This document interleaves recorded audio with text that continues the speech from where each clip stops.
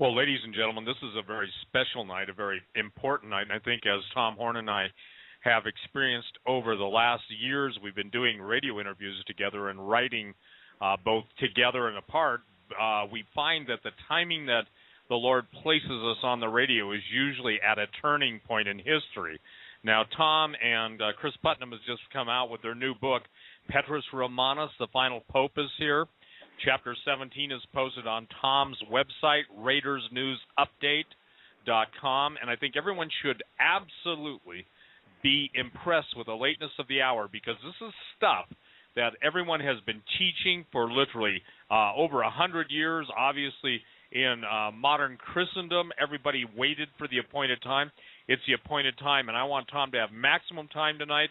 When you're going to send your questions, you can send them in to Bruce. Bruce can ask the questions of either Tom or myself, but please direct the ones about Petrus Romanus and everything to Tom Horn. Tonight we're going to hit the Vatican. The first hour we're going to hit the Vatican and alien disclosure. Tom sent me an email, and based on Donna's response, that's where the interest lies, and we'll, as usual, all gain an infinite new understanding of this amazing research and what we're going to basically looking forward to in the very short period. Hi, Tom. Hey, Steve. Great to be back on the show with you guys again. Always my absolute pleasure. It humbles me to get to be with great minds like yourself and to be able to have these conversations concerning the Vatican, the alien connection, what, if anything, it has to do with the arrival of Petrus Romanus. And you're right, and Donna was right. And I would say probably at least 10 to 1, Steve, and we got a lot of follow-up email following that last show that we did when Chris Putnam was on with us, and 10 to 1, it had to be people wanting to know more about the sources that I was citing concerning the Vatican, and of course Donna had to create just kind of a copy and paste email to send to all those people that wanted to go for themselves and read those documents about the Vatican's position on ET and how that might change religion, and we'll be talking about all that tonight. I will give you an update.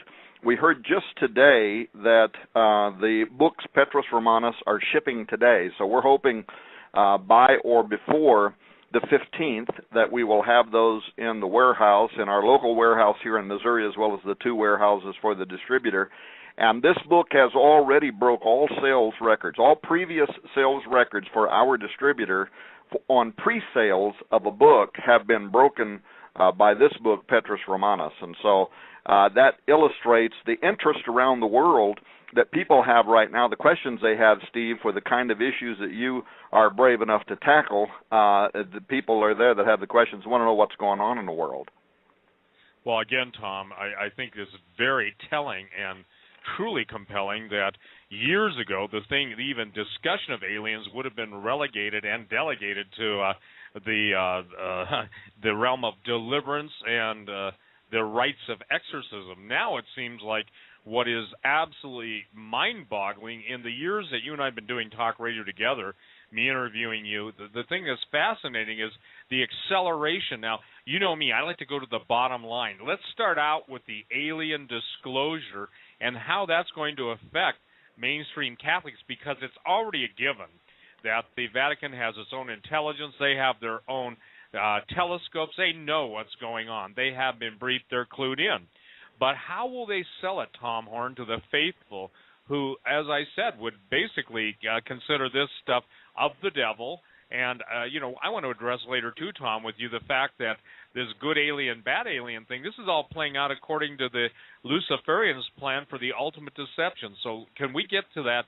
You mind if we hit it that way first? We'll just deal with the Vatican's entire change of perspective. Go ahead, sir. The floor is yours. And also, if we can, sometime tonight, let's give an update on the David Flynn collection. And I would even like, if possible, to quote some of David's research, because he touched on a lot of this material long before I did. In fact, David touched on a lot of this material long before a lot of us did.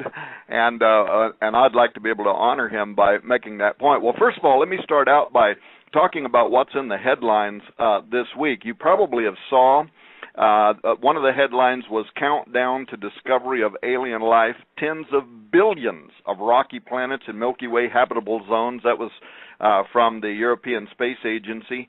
And what they're talking about is how their HARPS Planet Finder, interesting name, huh?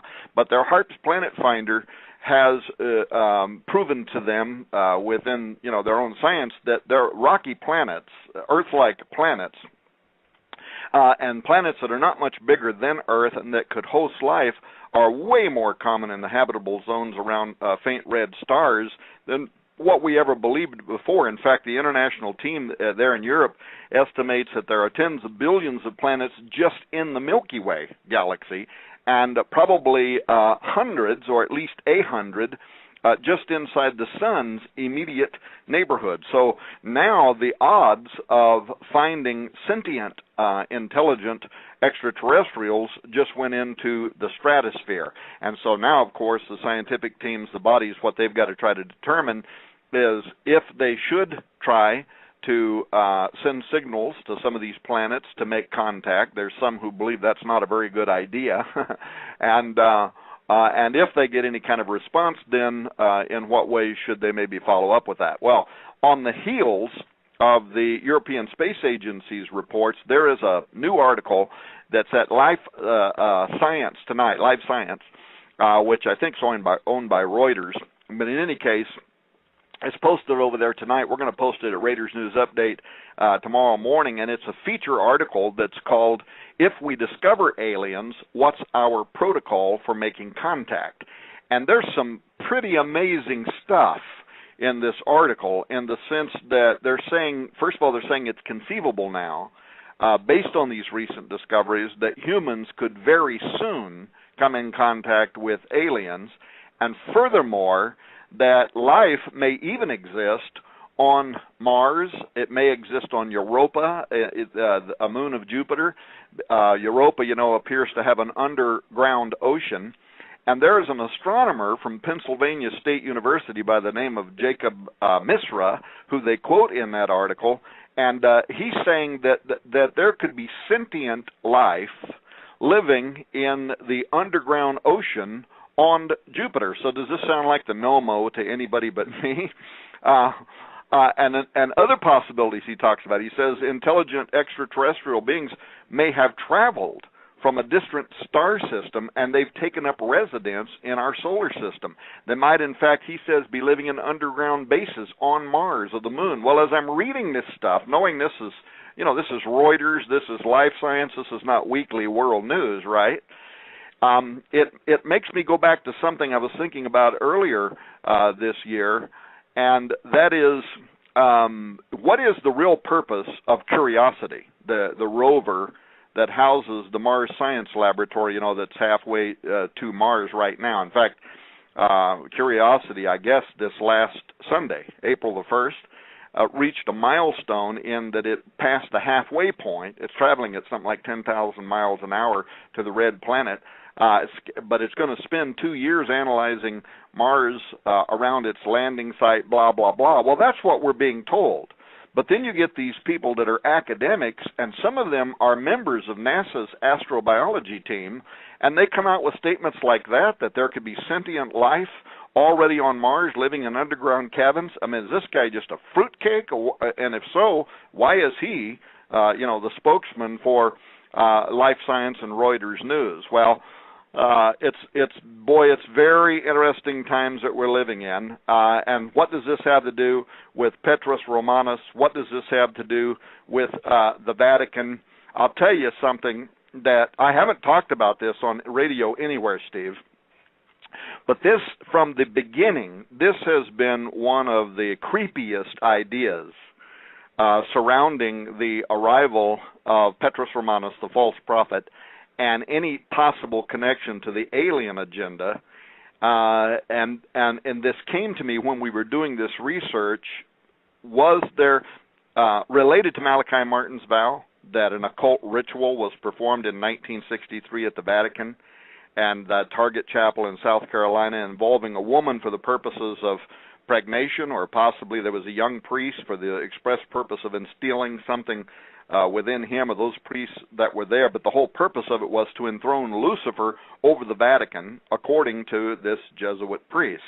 And that all of that was connected in another book by Malachi Martin to a final conclave that would bring to the throne of Peter a pope under the control of Satan, the false prophet. And of course, according to the prophecy of the popes, the final conclave is the one following Benedict, which right now, according to the Vatican's own news sources, the College of Cardinals are preparing right now for the conclave that will elect his successor. But here's the creepy part of this, was in this ritual that Malachi Martin brought up. And if you read his books and his descriptions, there are parts of it that sound almost identical to alien abduction descriptions. You know how that some of the best researchers into the field of alien abduction have often made parallels to dark occultism, right? Absolutely. The rituals, the use of blood, the use of genetics, the use of menstrual fluids, the things that they do in occult black magic and in the black mass, and in some of Malachi's descriptions, sounds eerily like some of the same activity that happens in alien abduction phenomenon. And it came to me one day that the Vatican's interest right now in alien intelligence, and if you remember, who was it? Was it Balducci? It was one of the Catholics' own bishops some years ago who said that the Vatican was already in contact. Remember that? Was already interacting. You remember who I'm talking about? Yes, I do. And you and I spoke of that years ago on the radio. And it's my contention, Tom, just to basically parenthetically insert something into this. Look, they already are in contact. We already have them, not on Mars or the moon. And somebody said, well, you know, Steve, it's not very far if you can make it to the Mars from some exoplanet to jump into the Earth's atmosphere or jump into the Earth's oceans. And Tom, over the years that I have been on talk radio and even before that writing about this stuff, I can't tell you how many people I've personally talked to that have been in the most secret government programs, including Phil Schneider 5 days before he was murdered, a guy by the name of Tex Armstrong who absolutely validated everything that I'd ever been told, and multiple generals and multiple intel agents. But you know what the common thread was in all these guys? They said it was something so not what you'd expect from intergalactic or interplanetary visitors. He said the occult emanations. Even told me about one guy that was present at Dulce, the underground base at Dulce, who was a Christian, and when he saw some of these entities in person now, he rebuked them in Jesus' name under his breath. And listen, a general told me this, active duty, no, friend of a friend of a friend of a friend. And they absolutely, the aliens demanded that no, this is interesting, Christians be present at Dulce when they cut their deal. And Dulce is just one of many alien hives that exist. So, saying all that, what I'm just saying is they're all ready to amplify what you've said. Look, they're already, they've met with the ambassadors, so the whole plan is, Tom, how do they, number one, as Catholics and as basically the keepers of the faith, how do they leak that into their believers? And obviously there are different Catholics, the old school Catholics versus the new school. So, and this isn't just a Catholic issue. This is a total deception of the whole world issue. So how are they going to do that, in your opinion? Because, look, they've already given us enough stuff. Isn't it amazing? You really think that they didn't know about all those planets that exist? You think they didn't know about Europa and they didn't know about the Martian caverns and all that stuff? We get to David Flynn. I mean, David Flynn wrote the premier piece on Cydonia, and that Jonathan Swift knew about Phobos and Deimos, and even the Russians talking about Phobos being artificial. All these things don't just go back to the invention of science fiction movies. They go back hundreds of years, and in the case we'll talk about later, in all the cave drawings and everything else on the aliens, the alien presence is absolutely astonishing, whether you go to the Australian outback or into a Bryce Canyon, Utah, and you've got these petroglyphs, if you will, of guys in spacesuits and helmets, and they're usually 8 or 9 feet tall. So isn't it amazing now? I think what you've laid the best groundwork for, of anybody I've ever interviewed, is how everything both religious, financial, philosophical, theological. All these points are coming together at this time. And don't you think that, given what we know, and also, I guess, what we could suspect, that there would be reason to imagine that if, in fact, the Bishop of Rome, who said they were, years ago, that they were already involved in contact, interacting with, if you read, again, I'm not going to stay on Malachi Martin, but if you read his books, he was making a very specific case that there was an incarnation that was set to occur that would, in the final conclave, bring about an individual who essentially is not just under the control of Satan. He could even be, in some aspect, not like the Antichrist, but in some reality, kind of a Satan incarnate. In other words, something entirely different about him. And that came back to me when I got to thinking about how the best researchers into alien abduction note these occult rituals.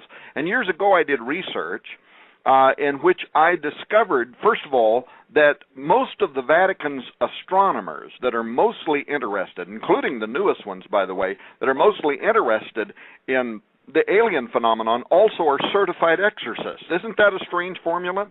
Absolutely.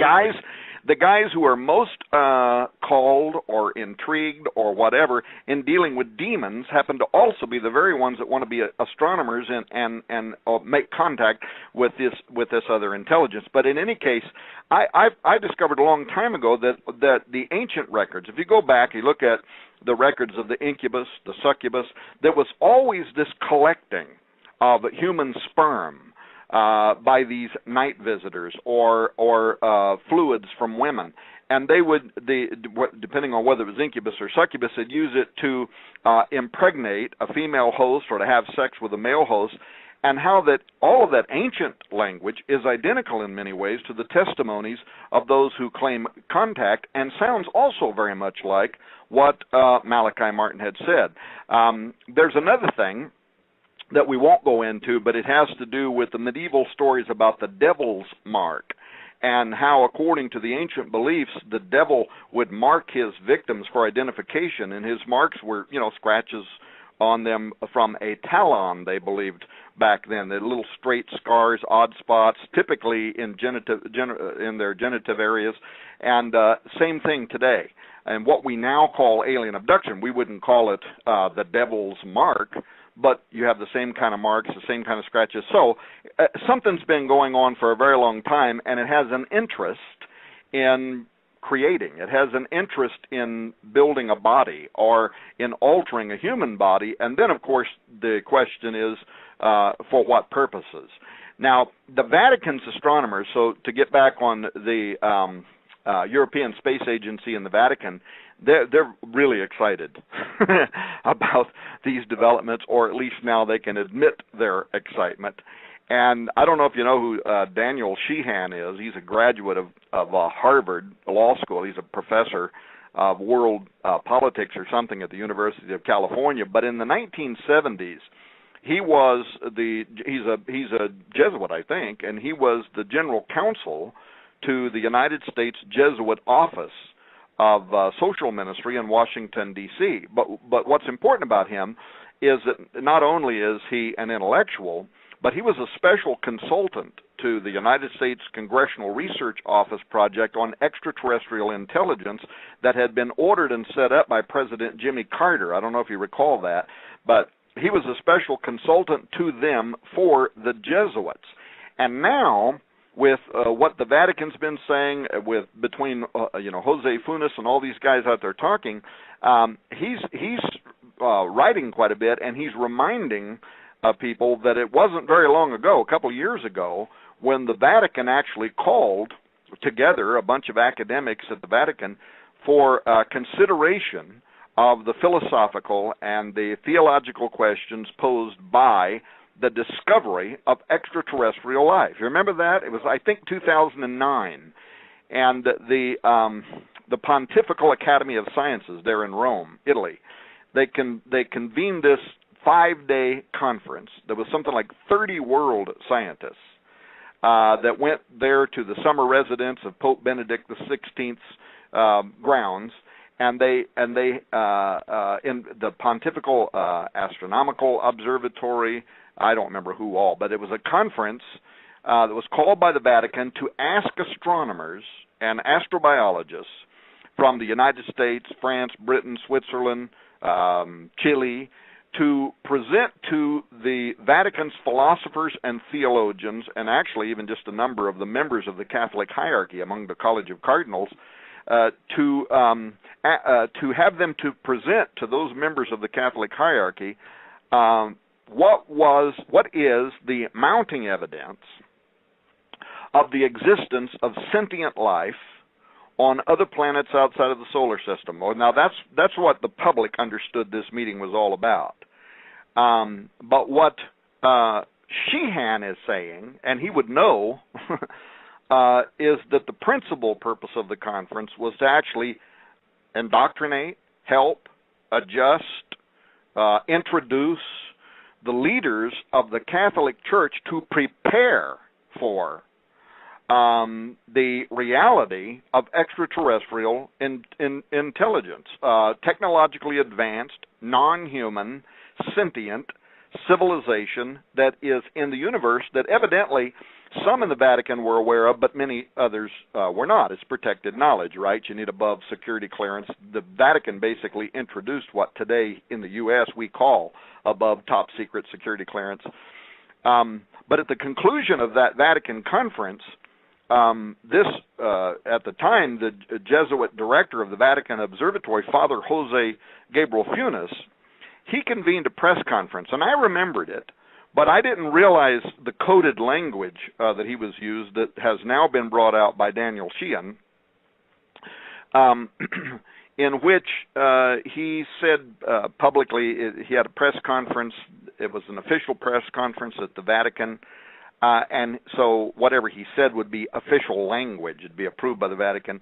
And he said the questions of life's origin and whether life exists elsewhere in the universe deserves serious attention and offers many philosophical and theological implications. Okay, well, that doesn't sound like much to start with, but that the term theology was raised as a topic that would need to be reconsidered as a result of this new knowledge of extraterrestrial intelligence was consistent with 1 year before that, when he was quoted in the official Vatican newspaper, you know, the what's it called, the El Osservatore or whatever it is, Romano, and he was quoted as saying that if other intelligent beings do exist elsewhere in our universe and they are discovered by us, then they too will have to be considered to be part of God's creation.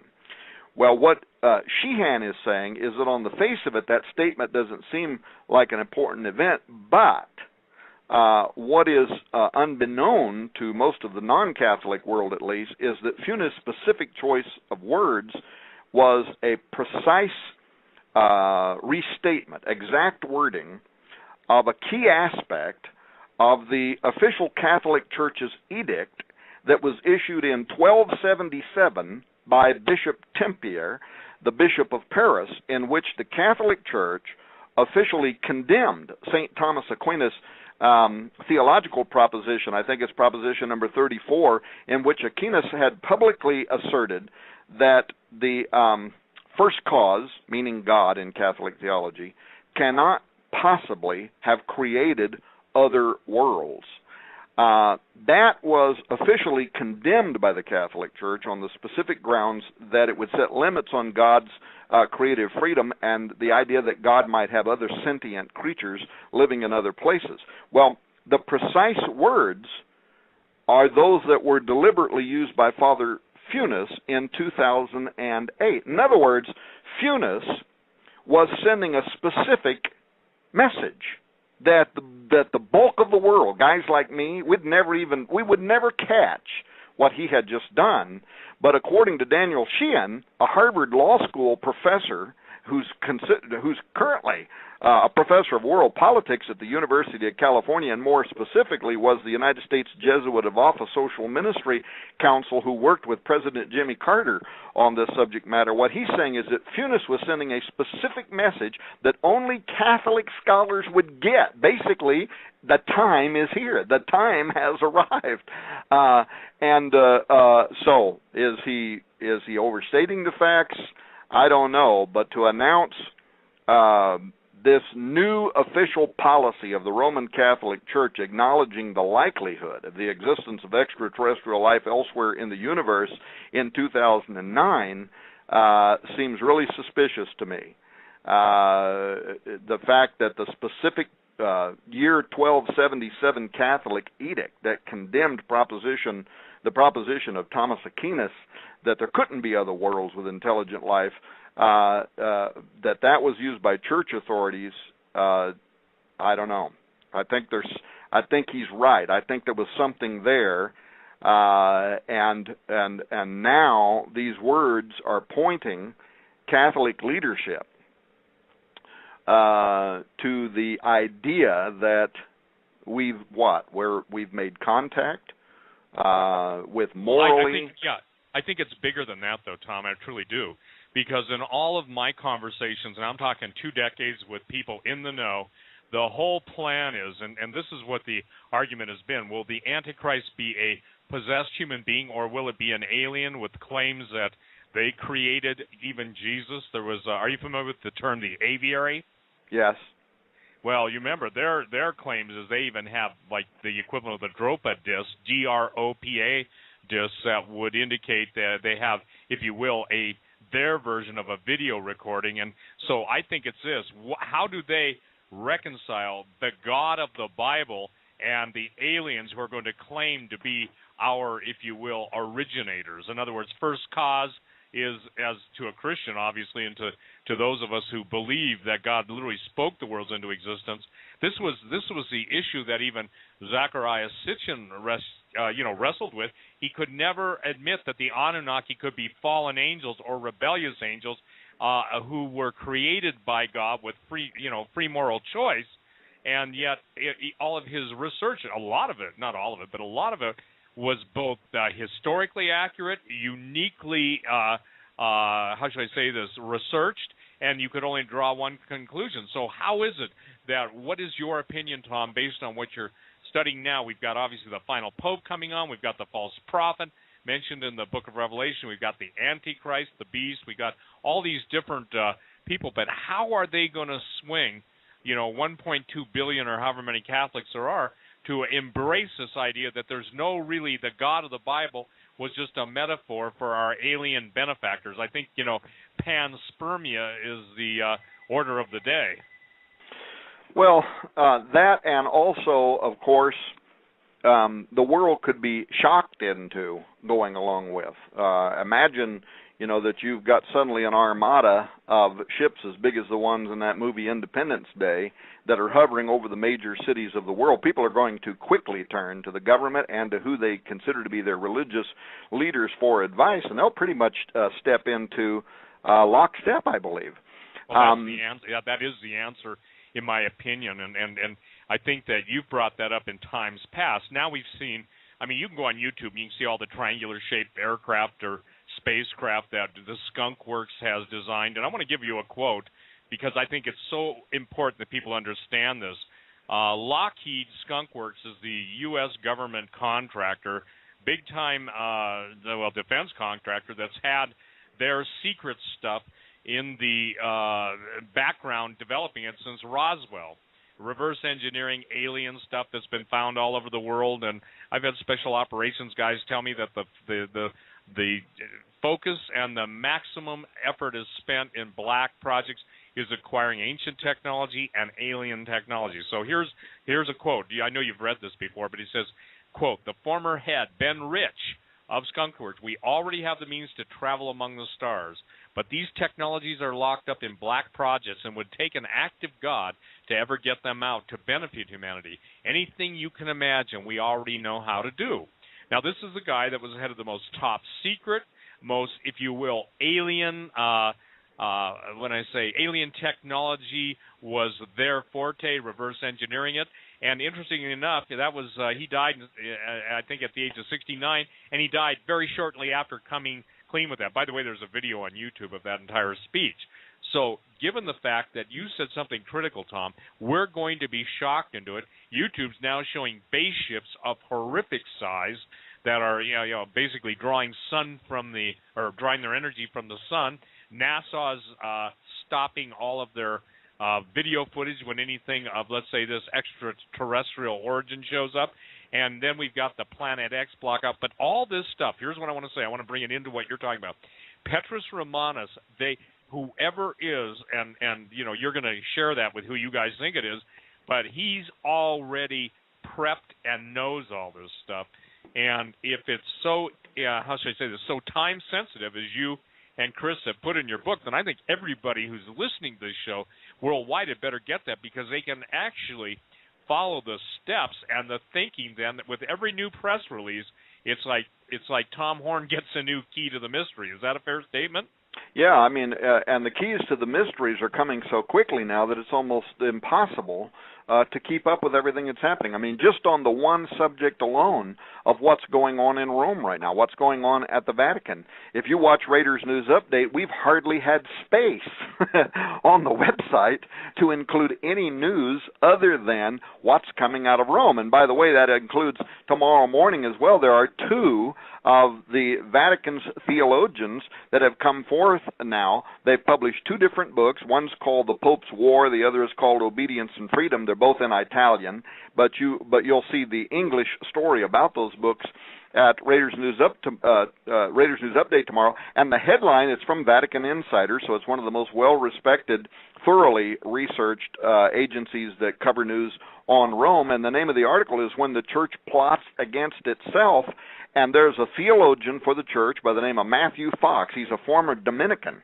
And he says that Pope Benedict XVI is the primary author of a plot against the church to systematically destroy the freedom of the faithful and enslave them to the magisterium. What he's saying is really important, because his point is that both when he was Cardinal Ratzinger and also since he's been the Pope, in these secret, whatever they have, these rulings inside the Vatican where they rule for or against particular kinds of theological positions, he has consistently ruled against the theologians who are in support of changes to the church since the Vatican II Reformation. So again, we're not going to talk about that tonight, but that came up in the first show, that there is something very mysterious involving Vatican II that is involved in what's going on in Rome right now. And now, for the first time, we find out that, according at least to this one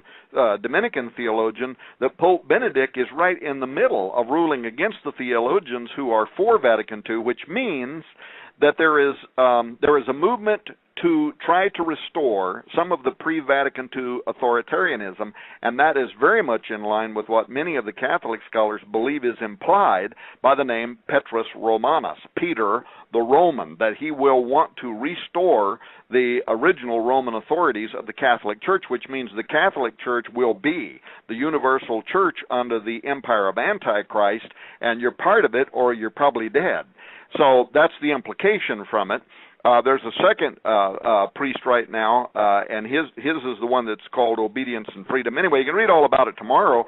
But so there's so much amazing stuff that's coming out of Rome right now, we can hardly keep up with it, and also report other things that I'm very interested in, like transhumanism, eugenics, what's happening in the genetics revolution, what's happening in prophecy in general, what's happening in the Middle East, what's happening with changes to the earth. It is a rapid fire. Well, when the Bible says that the time would come when the earth would literally reel to and fro, I mean, I had no idea that it would be such an explosion, such an acceleration, as Daniel said, of knowledge that people would be running to and fro. You can hardly keep up with it. Well, back to the question. That Funes said that that official disclosure of aliens was going to raise theological questions. That brings us to the next question.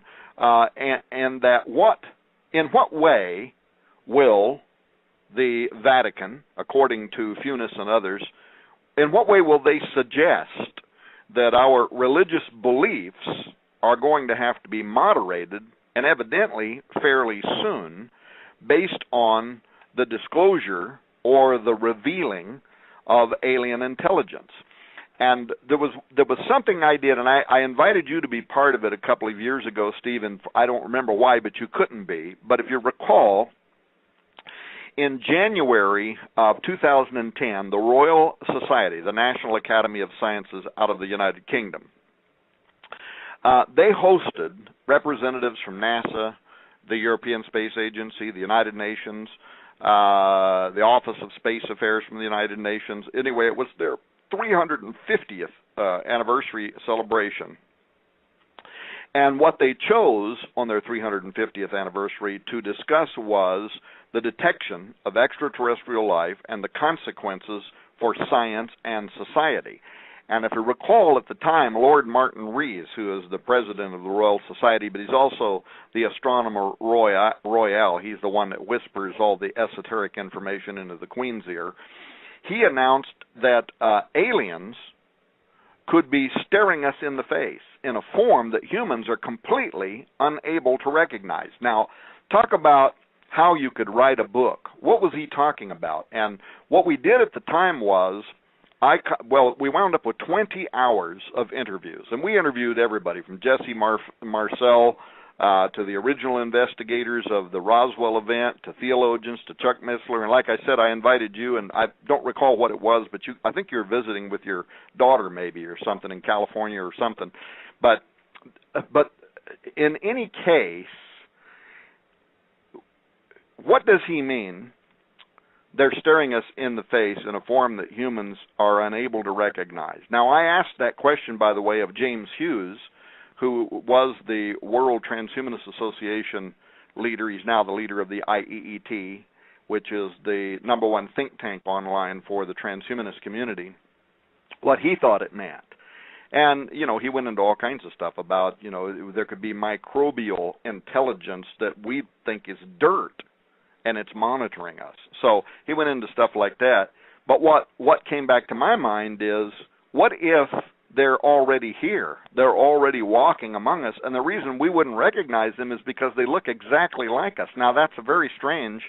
Some people would reject that entirely, but I wondered if that wasn't the astronomer royal's way of saying what he, in fact, believed. In any case, out of that whole 350th anniversary, and there was Nick Pope, we interviewed him, but he was also there during the hearings there at the Academy of Science in the UK. They use language like, we have overwhelming evidence, we have unprecedented proof. I mean, all kinds of loaded language like that to suggest how close they believed we were to making disclosure of intelligent alien life. Well, that was only in 2010. It was only 1 year after the Vatican invited all of those scientists, 30 scientists from different countries, to come to the Vatican to explain to their bishops what would be the impact on society, including the religious ideas. You had Simon Conway Morris, who's a professor of evolutionary paleobiology at Cambridge University. He was at the National Academy of Science, and he was the most worried guy there, talking about the unknown unknowns and how it might not be a good thing, and basically repeating something I heard Steve Quayle one time say, that these things might come here and think we look like a pretty good lunch.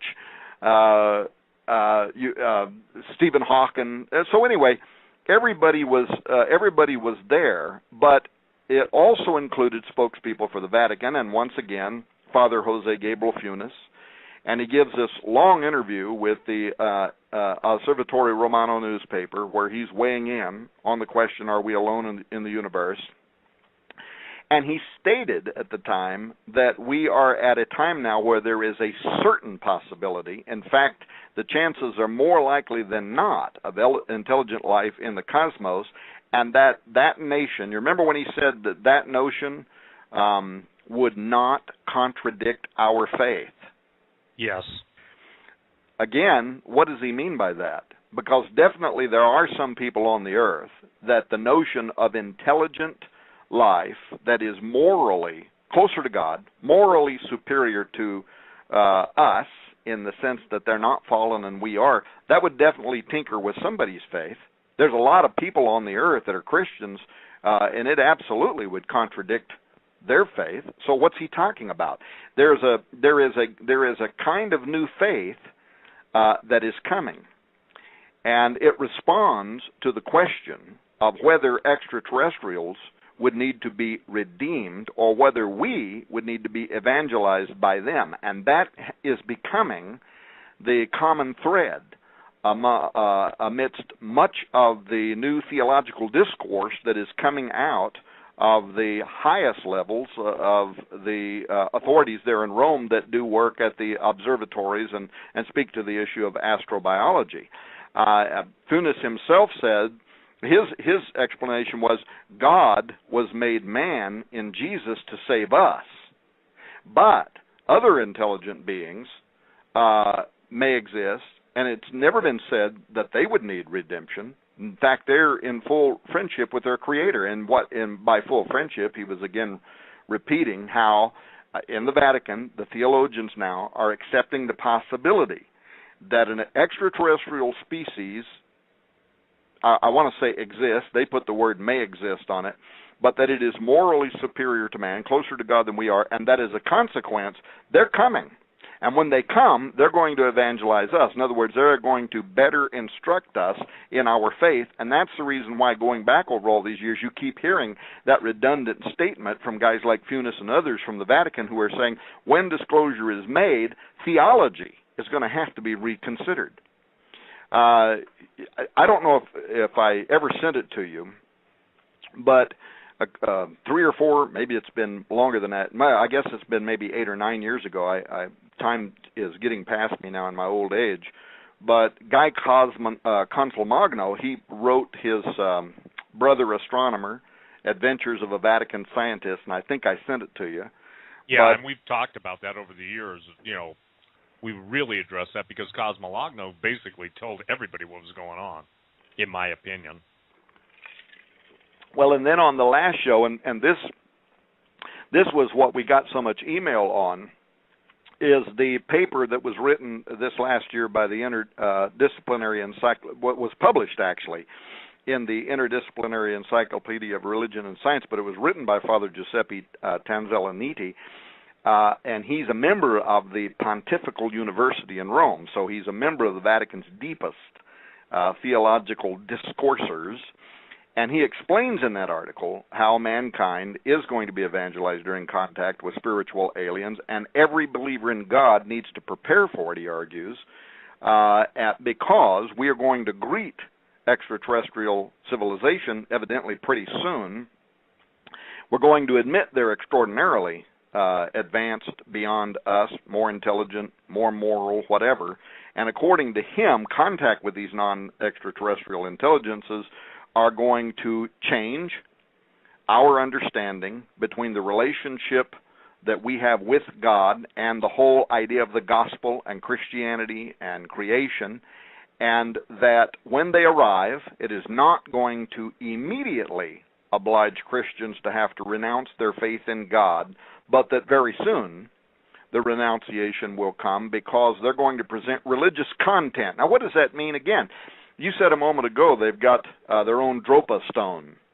They've got what? Some kind of high-tech type video that depicts Christ. And what's Jesus going to tell us? I'm an alien. These are my brothers. They're here. Who knows what any of that could possibly mean?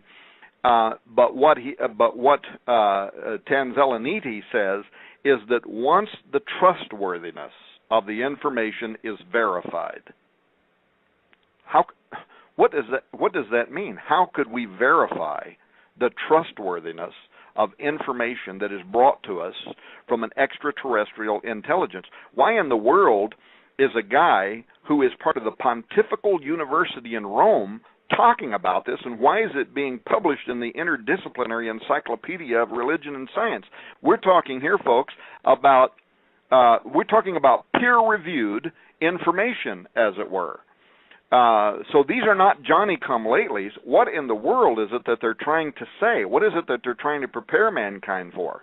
In what way could you verify that extraterrestrial information is true or not true? But in any case, he says once it has been verified, then Christians are going to have to reconduct a rereading of the gospel inclusive of the new data, and it's going to change our beliefs about God. So that was, I think I said more about that in the last show than I'm saying right now, because I don't want to just repeat a bunch of information, but that was the point on which we got the most email, and Donna had to send that link to a gazillion people out there that could hardly believe that that's the position of the Vatican, but it is. And so how is this more complete ET gospel going to de-emphasize or significantly modify our understanding of salvation through Jesus Christ? I don't know, but he's just one of the spokesmen. There's a former Vatican Observatory Vice Director, Christopher Corbali, and he wrote an article following up on this one called "What If There Were Other Inhabited Worlds?" and he concludes that Jesus simply will not remain the only word of salvation. That's his words.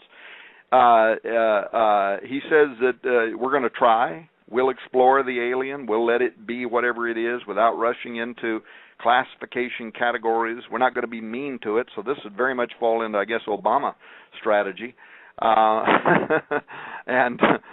But then he drops a bombshell, which I printed and put on my board in front of me. And here's what it says. While Christ is the first and the last word, the Alpha and Omega spoken to humanity, he's not necessarily the only word spoke to the universe. For the word spoken to us does not seem to exclude an equivalent word spoken to aliens. They too could have had their Logos event, whatever that event might have been. It does not have to be a repeat death and resurrection. If we allow God more imagination than some religious thinkers seem to have had, he must be talking about Tom Horn and Steve Quayle. For God, as omnipotent, is not restricted to one form of language, the human, end quote. So the language couldn't be more explosive, and it couldn't be more conspiratorial in the purest sense of the word. I think that people had better realize, too, something. The idea that God created mankind in his image and likeness, the Bible declares that Jesus didn't die for the angels. In the book of Enoch and some of the extra-biblical texts, we see the pleading of the fallen angels, especially those in Tartarus, whether they're the Grigori, G-R-E-G-O-R-I, or the Chalkidri. The thing is, that's fascinating because, again, I tell people this, the idea of mankind was something so astonishingly marvelous that even a third of the angels that rebelled with Lucifer were jealous. In other words, what is man that thou art mindful of him, the psalmist asks. So what I would say, and I would, I would love to get, and I really mean this, get into it with those type of statements is this, truly God is infinite. He's omniscient. He's omnipotent. All the attributes that God is, he is. But he, in his self-revealing mode, has said, this is who my son, and if you read the entire Gospels, you know this, we all know this as Christians, that through him, by him, and in him, Colossians 1:16 and 17, does everything exist or consist that is in existence. So, in other words, the worlds were spoken into existence, but mankind was something so unique that all the angels were commanded not to worship man, but to worship the handiwork of a living God. And about a third of them said, not on your life. And so when you and I, Tom Horn, talk about transhumanism, and it's interesting, in other words, the very argument of transhumanism underscores our response to that, quote, guy that's taking pot shots at us. And the point is to say, look, you can't use circular logic claiming God's omnipotent, all-powerful, and certainly not limited, but if the Lord himself limits his dealings with this specific group of humanity, why are these fallen angels, which are obviously more powerful, all this stuff, why are they so interested in tampering with us sexually? And that's what gets into the fall of the angels, the daughters of men, the whole Genesis 6 thing. And then, as you have stated so many times, Tom, and this is all involved in this, that people have got to understand that deception is going to be so great, the arguments are going to be so compelling, the evidence is going to be so demonstrated, and then the power, Jesus himself said, that the evil one will be able to call fire down from heaven. No offense, he just did it in Texas, and nobody, very few people realize that the entire Texas tornado thing, 12, total weather warfare. And again, what's so interesting to me, Tom, is notice this. Notice when you and I first started talking on the radio, a decade or so ago, and what was, they used to boo-hoo us or poo-poo us, I guess more poo-poo, whatever they used to do with it. They used to complain a lot. The idea is now is so much of what we brought out, and we were called crazy, all these different, well, crazy was the nicest stuff. But now people have to deal with the complete, quote, singularity. And I believe the singularity is nothing more than the alien influence. Look, I really do believe that it's not the World Weekly News, but I believe that we already have cohesion and groups working with aliens that look like us, shape-shifting, okay? Even in the Lost Books of Eden, I'll throw something out here that most people don't understand. The Lost Books of Eden and the writings attributed to Adam, look, I think some people think that Adam was just some illiterate hick that didn't know how to read or write. If the guy could name every single thing just by nature, Adam was tuned into the mind of God. So instantly, if you would, he shared in the marvelous omnipotence of God as God allowed him to. I mean, if somebody's being created in the image of God, God's not going to say, listen, I limit your IQ to 150 and because I don't want to feel threatened. Saying that is that we've got this marvelous picture of initial creation, the tampering with creation, the redemption, and the soon coming of the Lord to resurrect us. Now, Jesus did say something pretty important. He said, if it were possible, even the elect would be deceived. And I can tell you this, the average, and I'm saying this, the average smug Christian cannot even defend his belief in any attack by, quote, the intellectuals. Now, Stephen Hawking, okay, bright guy. I would like to see literally him get saved and come to the saving knowledge of Jesus Christ. I'm serious about that. But, now they're just talking about they want to, you put it on your website, they want to basically download Hawking's brain to see what made him tick. And the elements that we're dealing with now, we're talking about, if you will, a data dump on the entire population of the world. We're seeing visual imagery and massive UFO sightings. The coming of Planet X, Nibiru, the 10th planet, Gabriel's Fifth. We're seeing the upheavals and everything. And I can just tell you this, it doesn't take a rocket scientist to know that in the geologic realm, the geologic equivalent of Hegel, the dialectic would be you generate earthquakes, you generate volcanoes, and all of a sudden you just flip your fingers, snap your fingers, and then obviously somebody's turning off what's causing that stuff to happen, and you just wowed most of the planet. So the technology, the singularity, all these things we're talking about, Tom, ultimately, and this is what David Flynn did, and maybe in the next hour, we're just about at the top of this hour, we can talk about some of the amazing realities. I talked to Mark, David's twin brother, and I said, Mark, I prayed about the situation. It broke my heart. I'm saddened. It's just the great loss, and I mean a great loss, of one of the most beautiful men that I've ever met in my life, and also, in my opinion, I know you share this, a man whose mind was really beyond most of our ability. It was his graciousness that brought us into his realm. Now, ladies and gentlemen, I fear God too much to flatter any man. But as Tom will tell you, and I will tell you, there was something so heavenly gifted to that man. And I've heard so many criticisms, and these are my words, and I'm serious, of how should I say this, mentally challenged individuals who could not come up with a basic formula for baby soup or whatever, baby formula, ingredients for baby formula, taking this guy on. And Tom, you brought up a wonderful statement to me on the phone and through emails that he's probably the most ripped off guy that's ever written anything, and people have built entire books never giving him attribution. And it's not that he would have wanted or even cared so much, but it's that they're deriving the wrong, they're using his data and coming up with some new age or bizarre thing that he never met. And David stayed true to the Scripture. He stayed true to his God. He absolutely loved Jesus. And ladies and gentlemen, I would sit with him for hours, and he would blow my mind, but he was in another dimension. I believe that the Lord took him home because at that point, I believe God said, David, your work on earth is done. Come up yonder or come up hither.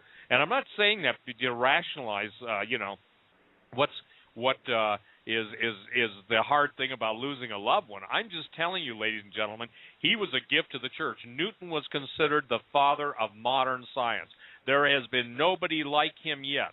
And yet God in his majesty chose to give David Flynn the understanding of the code that had escaped Newton. Newton was there. He postulated about it. It really bothered him, but it was sealed up, Tom. And now I think the things that you're talking about and you're writing about and we're talking about are those things that Daniel probably saw in Technicolor, but they were sealed up until the time of their introduction. And I think that's why we're on, whatever is the date today, the 4th of April, and we're telling people, because I've noticed this, that when God puts us on, it's usually to have pre-countered some really disturbing information that's going to come out there. And, we'll get our flack that we're just, I love it, barbaric, locked in a barbarous religious time. Well, I don't think there's so much about barbarous, but I can tell you this, the future that they're promising, it may be sugar-coated, but it's like swallowing a milkshake with razor blades, that each razor blade then turns on some nanomotor and just devours you from the inside. So saying all that to say is that David talked about what you are talking about now. Obviously, he knew what was coming. And, you want to just address that? We've got about 5 minutes because, or we can go into the next hour without even stopping. But I think that people don't understand. You publish Temple at the Center of Time. You publish some of the most concise and insightful essays, which, by the way, are going to be in his anthology. Just absolutely, as his publisher, as his friend, and as someone who is equally amazed at his God-given genius, you've got to sometimes shake your head when you see everybody and their dog. And I'm telling you, some of these people that have ripped him off, they should have flea collars and they should repent. But the point is, those are my statements. Don't get mad at Tom for those. The point is that and forgive me, and I know that we were graced with an extraordinary individual given supernatural revelation from the throne. And it's almost like where David left this earth, at that point, it was not yet time to go the next step. I'm convinced he knew some stuff, and he was waiting for the right time, and God said, David, it's not time. Come home, That's the only thing I know in my spirit. Well, you've raised actually several things I'd like to respond to, but let's go to the break, and after the break, if I can have permission to do so, I'd like to respond to a couple of things, David Flynn, but also some of the stuff that you were talking about, some of these mental midgets that are operating at full steam right now, that are highly critical of people like you, me, David Flynn, Chuck Missler, any of the rest of us that are out there trying to open the world's eyes. Gentlemen, before we take this break, folks, if you're just tuning in, this is episode 622. We've got Steve Quayle and Tom Horn tonight as our special guest. And, gentlemen, I'd like you to give out your contact information and tell people how they can get in touch with you. Go ahead, Tom. Well, the easiest way to get a hold of me is just a Raiders News Update at gmail.com. The website, of course, is raidersnewsupdate.com. And, Tom, the new book, Petrus Romanus? Yeah, Petrus Romanus, The Final Pope is Here. Of course, you can get it anywhere, but I want people to know, maybe we'll have a chance to say something about this. On the 24th, or is it the 23rd? Yeah, I think maybe the 23rd of April, we're going to give away a huge library on DVD. And this is everything from ebooks to audio files to movies to huge libraries, actually, of books. But we made a deal between us and Survivor Mall where we're going to be giving that away free if people buy that book from Survivor Mall. But they can get it anywhere. It'll be in bookstores. It'll be at Amazon. The name's Petrus Romanus. The Final Pope is Here. But know that if you see all that big advertising, and actually there's an ad on the front of Steve Quayle's website right now, too, that's advertising, you click on it, you go to that website, just know that when you see all of that free material, you're not going to receive that if you buy the book at Amazon. Now, as a publisher, I don't care where you buy it because it's from my distributor anyway, but that one option for the free libraries, that's from Survivor Mall only. That's their deal. All right, and Steve?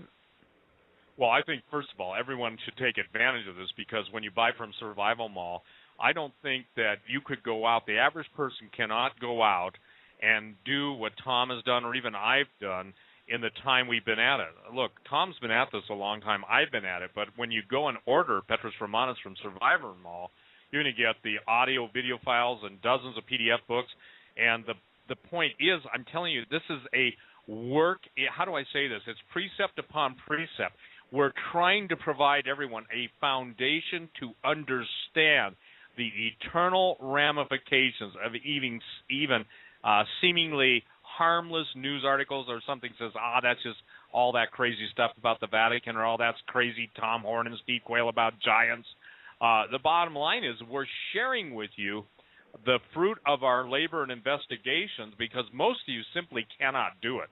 So I would encourage everyone to take advantage to that, the giveaway that Tom has offered. I mean, Tom, when you put out just your researcher's library and sent me a copy, by the way, thank you very much, that was something I want to do. Well, I got to tell you something. My drawer of good ideas gets higher and higher. I just don't have the time. So, ladies and gentlemen, I want to share something.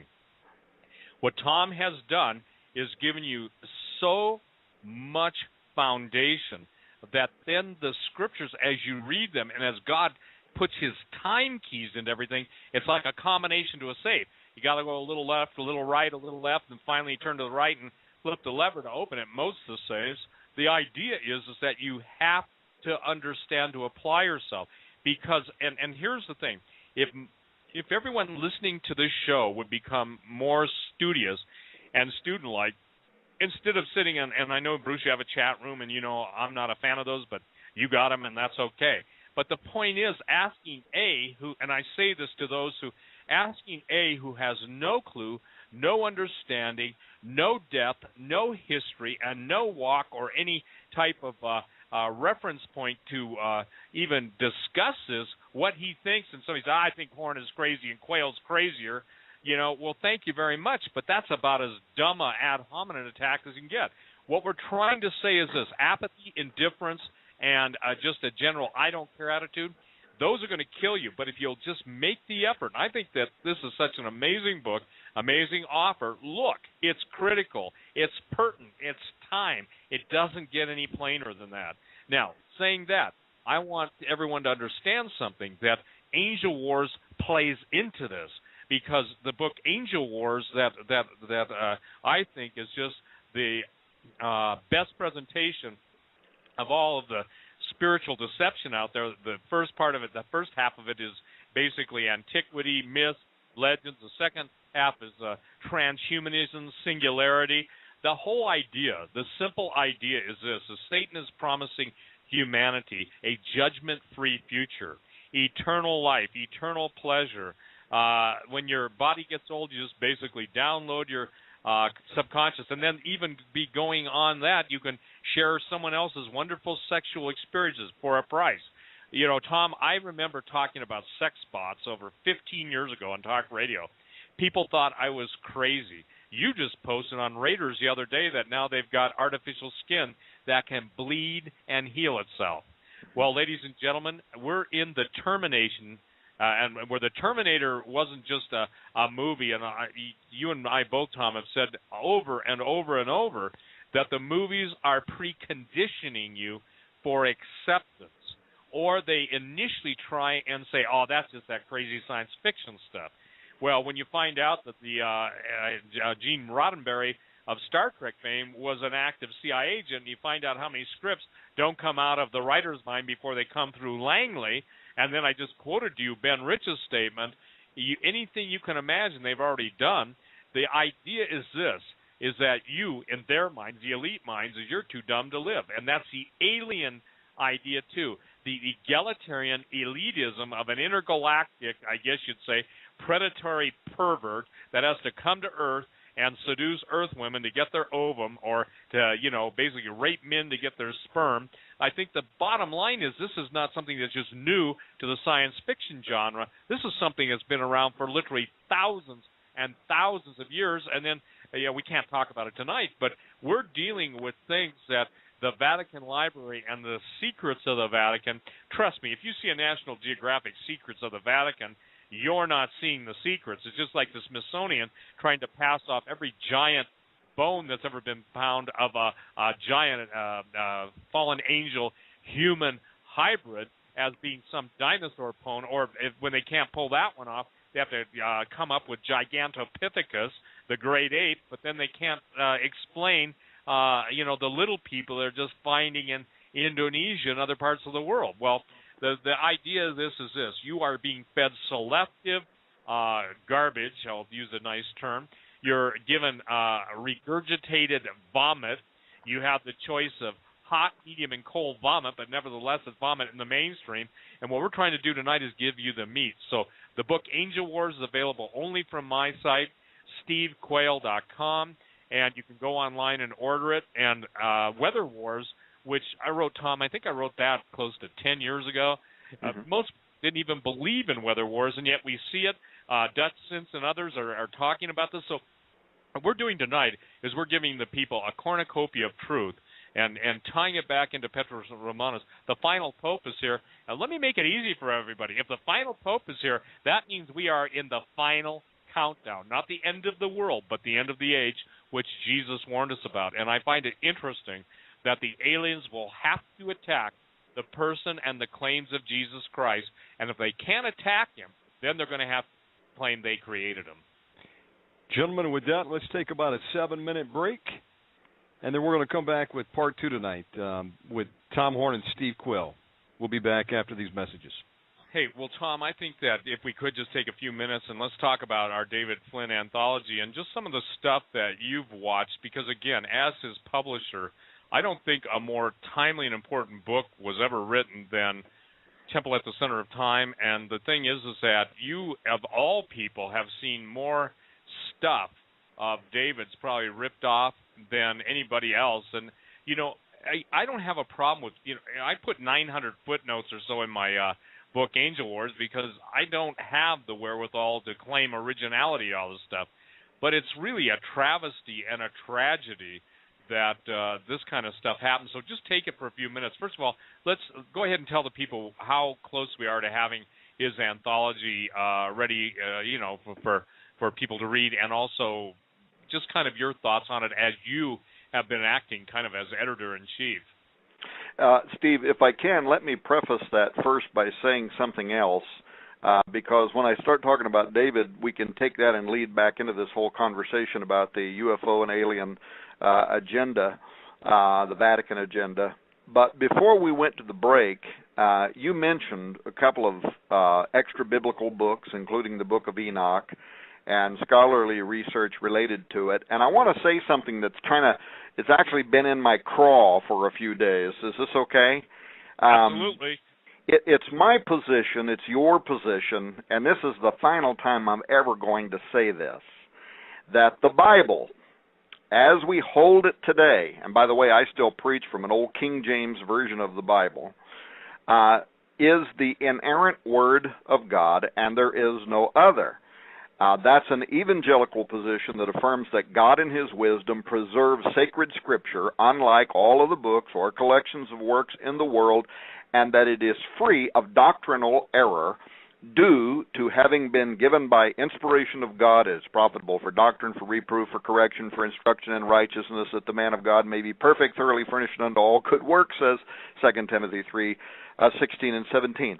It's also common evangelical scholarship that while no other text can claim that same unique authority, apocryphal and pseudepigraphical literature, such as I included in the Researcher's Library of Ancient Texts, such as you were referring to before we went to the break, the books of Enoch, Jasher, Jubilees, and so on, that these provide literature that often precedes or follows the chronology of biblical texts, and which are routinely used by biblical scholars as supplemental works within academic settings to help students of the Bible and history better understand cultural and historical context within the Word of God. In fact, I'll bet you that most pastors and Bible teachers that are listening to this radio show tonight have copies of the works of Josephus, for instance, to better understand the history and the wars of the Jews, because those types of ancient texts provide commentators valuable insight into what many ancient Jews and early Christians believed when God, who at sundry times and in diverse manners spake in times past unto the fathers by the prophets, according to Hebrews 1:1. So in the same way that American history texts are not considered inspired scripture, but they help students in junior and high school understand our national history and our founding beliefs, these ancient extra-biblical books, often called apocrypha or pseudepigrapha, are valuable supplemental resources for assisting serious researchers and students in the study of the Bible and Bible times. For instance, the Book of Enoch is an ancient Jewish religious work. It is traditionally ascribed to Enoch, the great-grandfather of Noah. It's referred to, in fact, quoted in the New Testament in Jude 14:15. It's referred to in 1 Peter 3:19. In addition to that, the Book of Enoch was considered scripture in other ancient works, such as the Epistle of Barnabas. It was considered scripture by many of the early church fathers. We know that to be true with Athenagoras. We know it to be true with Clement of Alexandria, who was a close personal friend of the Apostle Paul. We know that to be true with Irenaeus. We know that to be true with Tertullian. Tertullian actually even wrote in the year 200 that the only reason that the Book of Enoch was rejected from the canon was because the Jews were offended by the fact that it specifically prophesies the coming of Jesus Christ. Furthermore, fragments of Enoch were found among the Dead Sea Scrolls, and that was one of the things that helped scholars verify its historicity.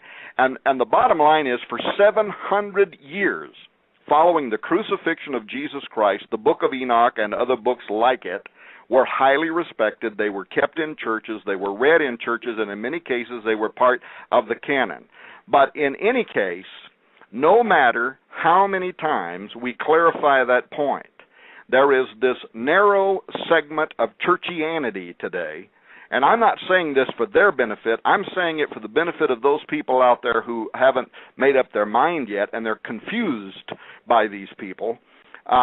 These people insist that believers stay stupid or face their wrath, such as that email that you shared with me last week while I was speaking at the Lakeland, Florida conference, and you sent me that email of a believer and his wife who were excommunicated by a megalomaniacal pastor and his zombie church followers for daring to listen to Steve Quayle and Tom Horn. Well, Steve, I think these people are described by Jude as actually connected to the prophecies from the Book of Enoch as end times tares, false Christians.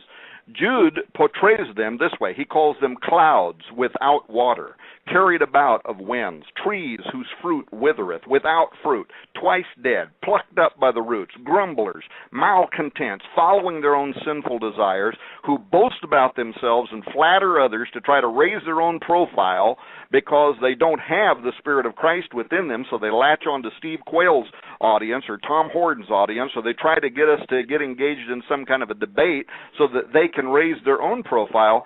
Well, I tell you what, Steve, you can tell this is irritating to me, and I'm not going to talk about it anymore, but I needed somewhere to vent this. I've never seen a time when the tares among the wheat are so agitated by the demons that are in control of their minds and spirits that they can't seem to fathom how they are actually the fulfillment of end times prophecy, and that just like Judas Iscariot, they have a role to play. They do. And they have a destiny to play out, and they are going to go to their own place in eternity, just as Acts 1:25 says Judas did.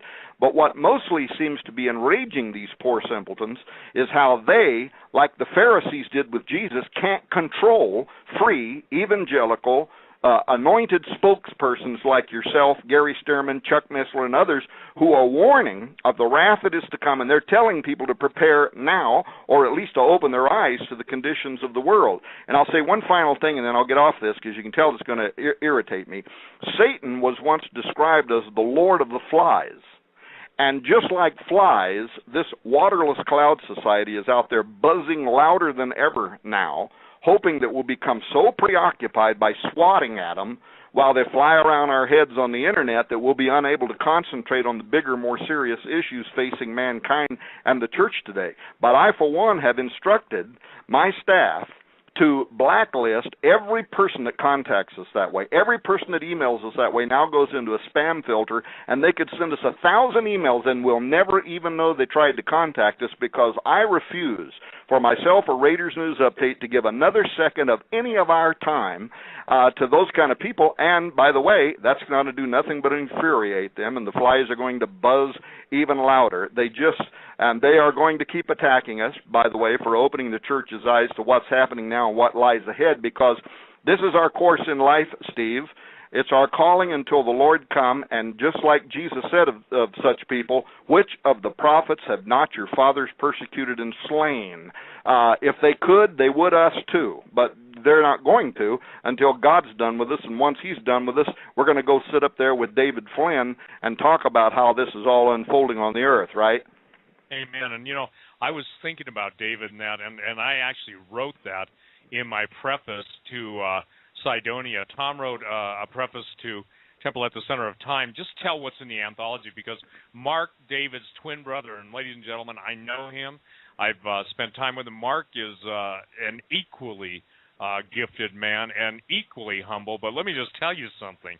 These guys were absolutely 2 peas out of a genius pod. Now, I'm not flattering Mark either, but I can tell you this, that I'm personally tired of, and these are my words, okay, but Gene Scott said it well, okay?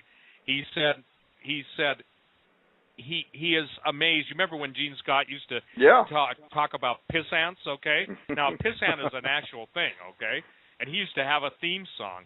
I've almost, a couple of times wanted to play his, but there you had another man who was ahead of his time. But let me just share this. I'm going to ditto and echo what Tom has just stated. The fact that these absolute, and now I'm going to just vent for about a minute. These people who have done nothing, they do nothing, they're anonymous, they don't even have the testicles or the cojones to come and use their real name, yet they go on all these boards. And ladies and gentlemen, if you're on the boards listening to this instead of studying to show yourselves approved unto God, shame on you. If you're too lazy to open your Bible, Tom wasn't, I wasn't. We are bringing to you life and death. And Tom, I got to tell you something. Never have I seen a group of people so bent on self-destruction. Never, ever. And I got to tell you something. I agree with my adversary and I've been personally mocked by some of those who've tried to bribe me and said, Steve, you're getting flack from the people you're trying to help. When you going to figure out they're not worth it? Now, how would you like to hear that from someone that 1 minute is trying to kill you, but the next minute they're offering you the olive leaf and a whole lot of millions of dollars just to shut up and go away? Well, my answer to that is this. I answer to Jesus. I answer to the brethren. I have men that I submit myself to. And, Tom, you and I have been at this a long time. And the spam filter, I have unfortunately answered, and I'm done doing that, okay? Somebody said you can hit the delete button. Well, sometimes when it comes in and it's got FU on it, it's too hard to delete, and I just want to see what the basis of this one is. But here it is. It's an orchestrated attack by the powers of hell to keep you from knowing the truth, because Jesus said, if you abide in Him and His word abides in you, then ye shall know the truth shall set you free. The world uses ye shall know the truth shall set you free, and my immediate response when I hear someone who doesn't know Jesus say that is, liar, you're in bondage. You can't even know the truth, because without Jesus there is no truth. Quote the scripture, the whole world lieth in the evil one. So when I post the Book of Giants, which is also Dead Sea Scroll fragments, and I post it in all that its entirety, it's kind of like tiptoeing through the tulips with Twinkies. And when I say my definition of Twinkie isn't a little, what are those things like a chocolate pie or a little thing that Hostess used to make. I'm talking about Twinkies and spiritual dilettantes that have nothing better to do than basically they won't even challenge us on the scripture. They just basically, one group, I think one of the emails I sent you, the guy, I finally wrote him back and said, I want to know these guys' name. He wouldn't tell me so I could, go Matthew 18 with them. But, the point is that the nameless and the shameless, and Jesus said, and I'm going to share this, Never in my life have I said anything to anybody to say, trust me. I've said, take it to the Lord in prayer. Tom and I spent a lot of money, put up with a lot of stuff, and especially like his house burning down and all of the threats he lives under, all the threats I live under. And, the point is that some of you who are adult Christian males, and God knows, Tom, the bravest men I know, and I mean this generally, with a few exceptions, the bravest men I know, or the defenders of the faith, are women of faith. I'm not talking busybodies. I'm not talking Jezebels. I'm talking about praying, interceding women of God who stand their ground. And, the thing that I'm trying to get across tonight, and then we'll go into the David Flynn thing, is, ladies and gentlemen, God does, for his reasons, and it's God and he can do it, put his treasure in earthen vessels. And shame on you if you smash the vessel and prevent that treasure from being placed in someone's heart and absolutely being fruitful and multiplying. And, Tom, I believe that some of these critics better take the words of Jesus to heart. It would be better for them to have never been born to cause these little ones to stumble. Because when people bear false witness, and then, the Bible specifically says an abomination. We're talking about the abomination that will make desolate tonight. But an abomination are those who sow discord amongst the brethren. And I've never seen a more discordant, pissant-like attitude than I'm seeing now. And I'm telling my listeners, Tom, whenever I go on talk radio, grow up, shut up, get on your knees and pray, and start to seek the Lord as if your life depends on it, because it truly does. Now let's talk about David and how he saw everything tying in. You vented, I vented, now it's vented. I'm not going to defend any more to anyone. No offense, but with 100 guys assigned to me, with 10 individual false identities on the internet, I got 1,000 voices of damnation out there. And, I don't need another 5 to that. So let's talk about David and just get into that. Yeah, and this is such a cool opportunity to do what a lot of others haven't done, and that's to give credit where credit is due, and to tie some of the research from by David Flynn into our discussion here about Petrus Romanus, the Vatican, and E.T. But let's start by first giving an update to people on the Flynn book, because we have had a lot of email wanting to know when is the David Flynn collection, when is that going to be available. And here's what I can let people know. A lot of progress has been made. Steve, I got all the files you sent me. I got the file yesterday that's got the version of Cydonia that had the images in it that we needed. So both of the feature books, Cydonia, The Secret Chronicles of Mars, as well as the book that I published, Temple at the Center of Time by David Flynn, these have been set up now for the typesetter. We also received the new introduction from David's twin brother Mark for the front of the book. It's been edited, and it's also set up for the typesetter. David's family, via Mark, were very gracious to supply us with pictures of David all the way from the time that he was a young boy up through adulthood, and those are going to be included as a memorial in the middle of the book. Of course, this book will also include some of David's most famous articles that Steve mentioned a moment ago, discoveries at the back of the book, so that people will see the original research that has been so often plagiarized from David and used in other people's works, sometimes verbatim, but David's going to get credit for his original breakthrough materials like he should. For those that have been emailing and asking when they'll be able to get this collection, we're currently right now really only waiting on a cover draft. As soon as we get that, I'll send it to you, Steve, and between the two of us, we'll figure out what we want the cover to be exactly.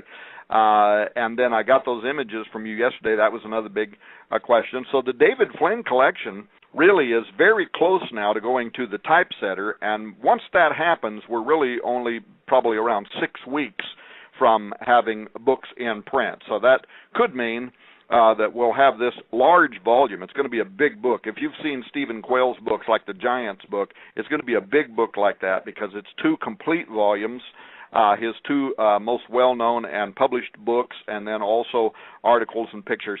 But we're thinking now, probably around as early as June or thereabout, this book will be in print.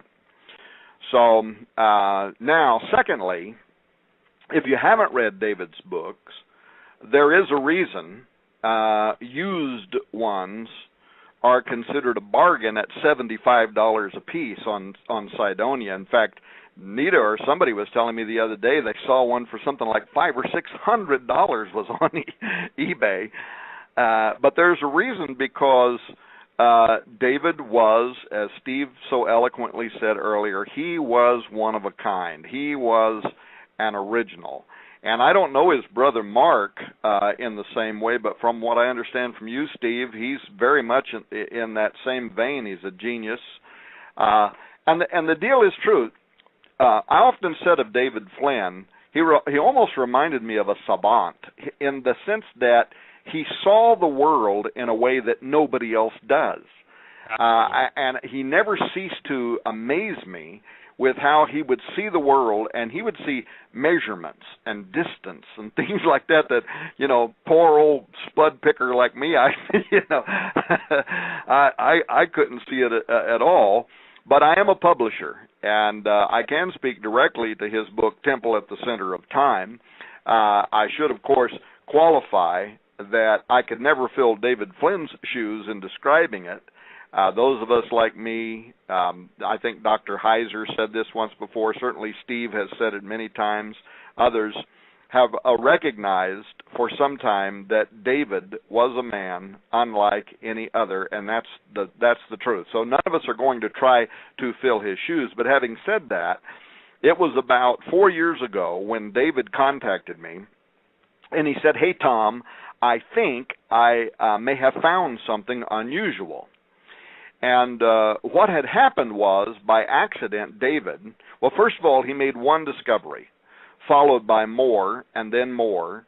And what he was doing is he was using satellites to make measurements on the Earth that seemed to indicate that the location of the original Temple of Solomon in Jerusalem was related in time-distance anomalies to important dates in history, especially those that were related to nations that had either ruled or had shown interest in the cradle of civilization, and specifically this area where the temple was built. And the temple mount is considered sacred geography.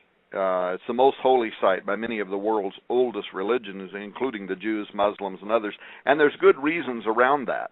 But until David wrote this book, what most of the world don't know is how important dates in history were directly connected to this site. For instance, this was the first thing he emailed me. What he found was that it is 539 statute miles from the point of the temple of Jerusalem's foundation stone to the palace of Belshazzar. This was the political center of Babylon, right? And more importantly, it was the exact location where the writing on the wall, the famous writing on the wall, occurred in 539 BC, and the kingdom of Babylon fell to the Medes and Persians the same night. So the anomaly here is that David discovered you have a distance in miles of 539, echoed exactly by the same number or date of 539 years BC, when Mene, Mene, Tekel, Upharsin was written on the wall in the king's palace by a ghostly hand. This was a spooky occurrence that carried with it the meaning that Belshazzar's kingdom had been measured and that it had come to an end. Well, this was just astonishing. So what happened was, Flynn made that finding. He emailed me, but what he wondered was that just one astonishing coincidence, or would he find other specific locations specifically related to other kingdoms or governments that had ruled over or had affected the location of the Temple Mount, and whether the dates upon which their rule had existed would also correspond in mile relationships with the Temple Mount. And what he discovered was that they did, and it's astonishing. And that's what the book Temple at the Center of Time is about. Another case point, by the way, the relationship between Napoleon Bonaparte and his proclamation for a Jewish state of Palestine in 1799. That was the proclamation that increased a drive for Jews worldwide to pursue a sovereign state in Israel. But what's interesting is when you extend the measuring line from the historical center of Bonaparte's Paris to the Temple Mount in Jerusalem, it shows the distance in nautical miles of 1799, exactly the same year that he called for a Jewish state of Palestine. So the intriguing connection to Flynn's research was clear. Napoleon made a proclamation of historical importance to the Jewish nation in the year 1799, and not coincidentally, evidently, the distance from Paris to the Temple Mount in nautical miles corresponded perfectly at 1799. And let me just give you one more, and then if people want to know more, they can get the book from us later. The most extraordinary part, I felt, of Flynn's research was when he learned how the year 1948 is marked by time-distance relations to the temple. David describes in his book how Britain was the nation that was friendly to the Jews. The British defeated the Ottoman Turks. They became the administrators of the land of ancient Israel in 1917. But from then, through World War I and World War II, until 1948, London was the heart of the governing intellect over that region. Well, then Israel became a nation again, May 14th, 1948, and if you extend a measuring line from the Temple Mount in Jerusalem to the exact center of ancient London, to the exact London stone underneath Cannon Street that marks its origin, a measuring line from the temple to the center of London produces 1948.40 nautical miles. So, over and over again in this book, time-distance anomalies, they go on in the temple at the center of time, including measurements from the Jerusalem temple site to the Great Pyramid in Giza, to the United States, to Russia, to Rome, to the Vatican City, other countries, and some of these include very intriguing mystical numbers like the number 33, the number 666, the number 2012. And after reading that book in its manuscript form, I was convinced that whatever these findings mean, and they are certain to be interpreted by different people in different ways, but whatever they mean, it appears at least to be mathematically improbable that all of that was just by chance. There's another part of that book, by the way, that's over my head and I can't even explain it, but it has to do with David using satellite mapping and history to diagram a pinpoint exactly where he believes that the lost Ark of the Covenant is located and where it will eventually be found or where it's being kept. And if you draw across lines on his measurements and you look at it from a satellite, there's a cave sitting out there in the middle of nowhere with an open mouth. So anyway, this was David, right? I mean, he saw things that nobody else had ever seen. He solved puzzles that nobody else had ever solved. And much of his research in Sidonia and much of his research in Temple at the Center of Time exists in other people's books with no attribution to him.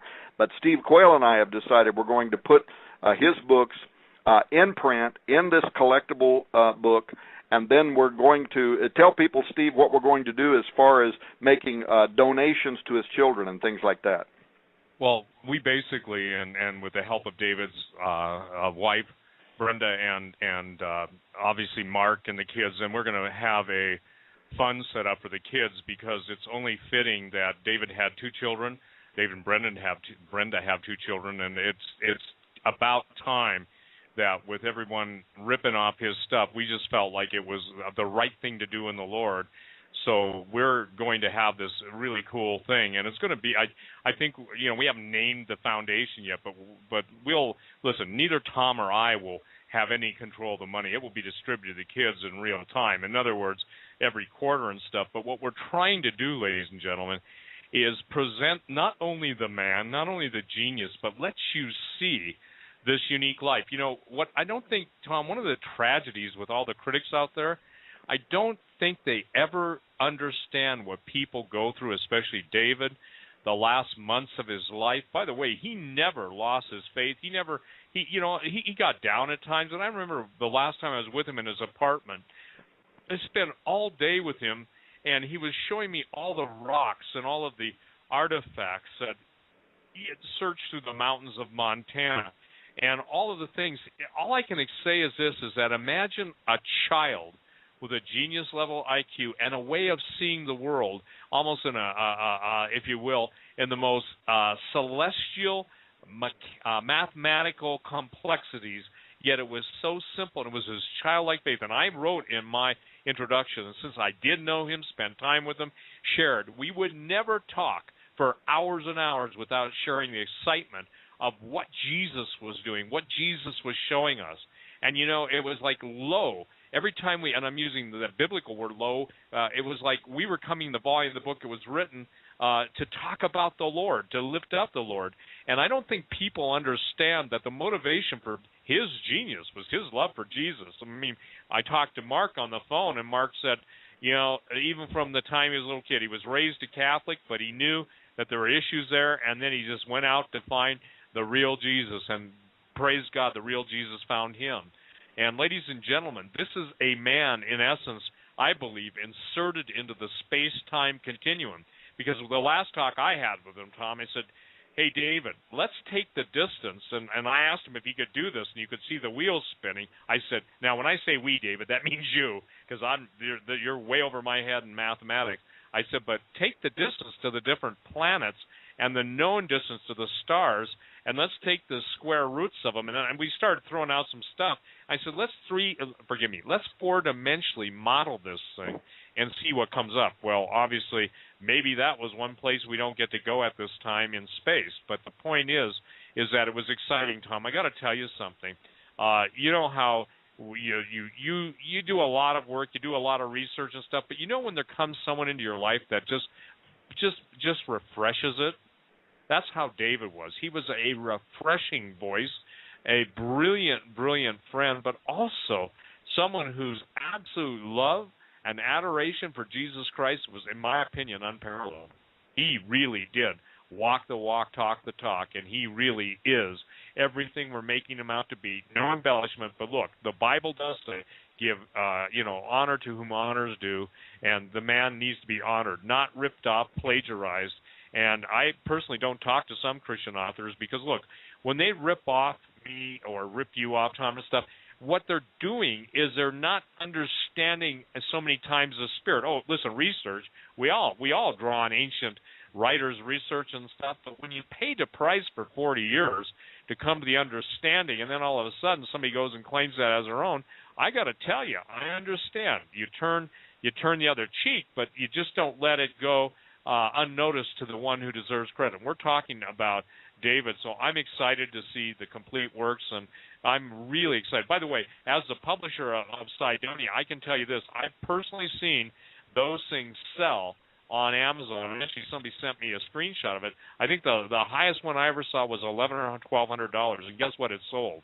Even when I was a publisher, and I think I have 2 dozen or 3 dozen of the originals left, and they were spoken for. But, you know, the point is that you're going to get the best of two worlds. And I think the thing that sticks out about my mind, or above my mind in everything that he wrote in the center of, Temple at the Center of Time, was the distance between, obviously, Jerusalem and Mecca. You remember that one? Mm-hmm, yes. It was 666, wasn't it, statute miles? Yes. So, ladies and gentlemen, now we're dealing with, I think, Tom, you were posting on Raiders News, is the Antichrist going to be a Muslim? Or is it going to be a Muslim? And here's the one. The last time you and I did the show, I got so much flack. I never shared the joy of it with you. But when somebody said Islam and Catholicism could never merge. Well, we're told in the Bible, for all those, how should we say this, emotionally challenged people, that they are going to merge because there's going to be a one-world religion, and the kings of the earth are going to give their power unto the beast. Such a simple thing, but yet it escapes everyone.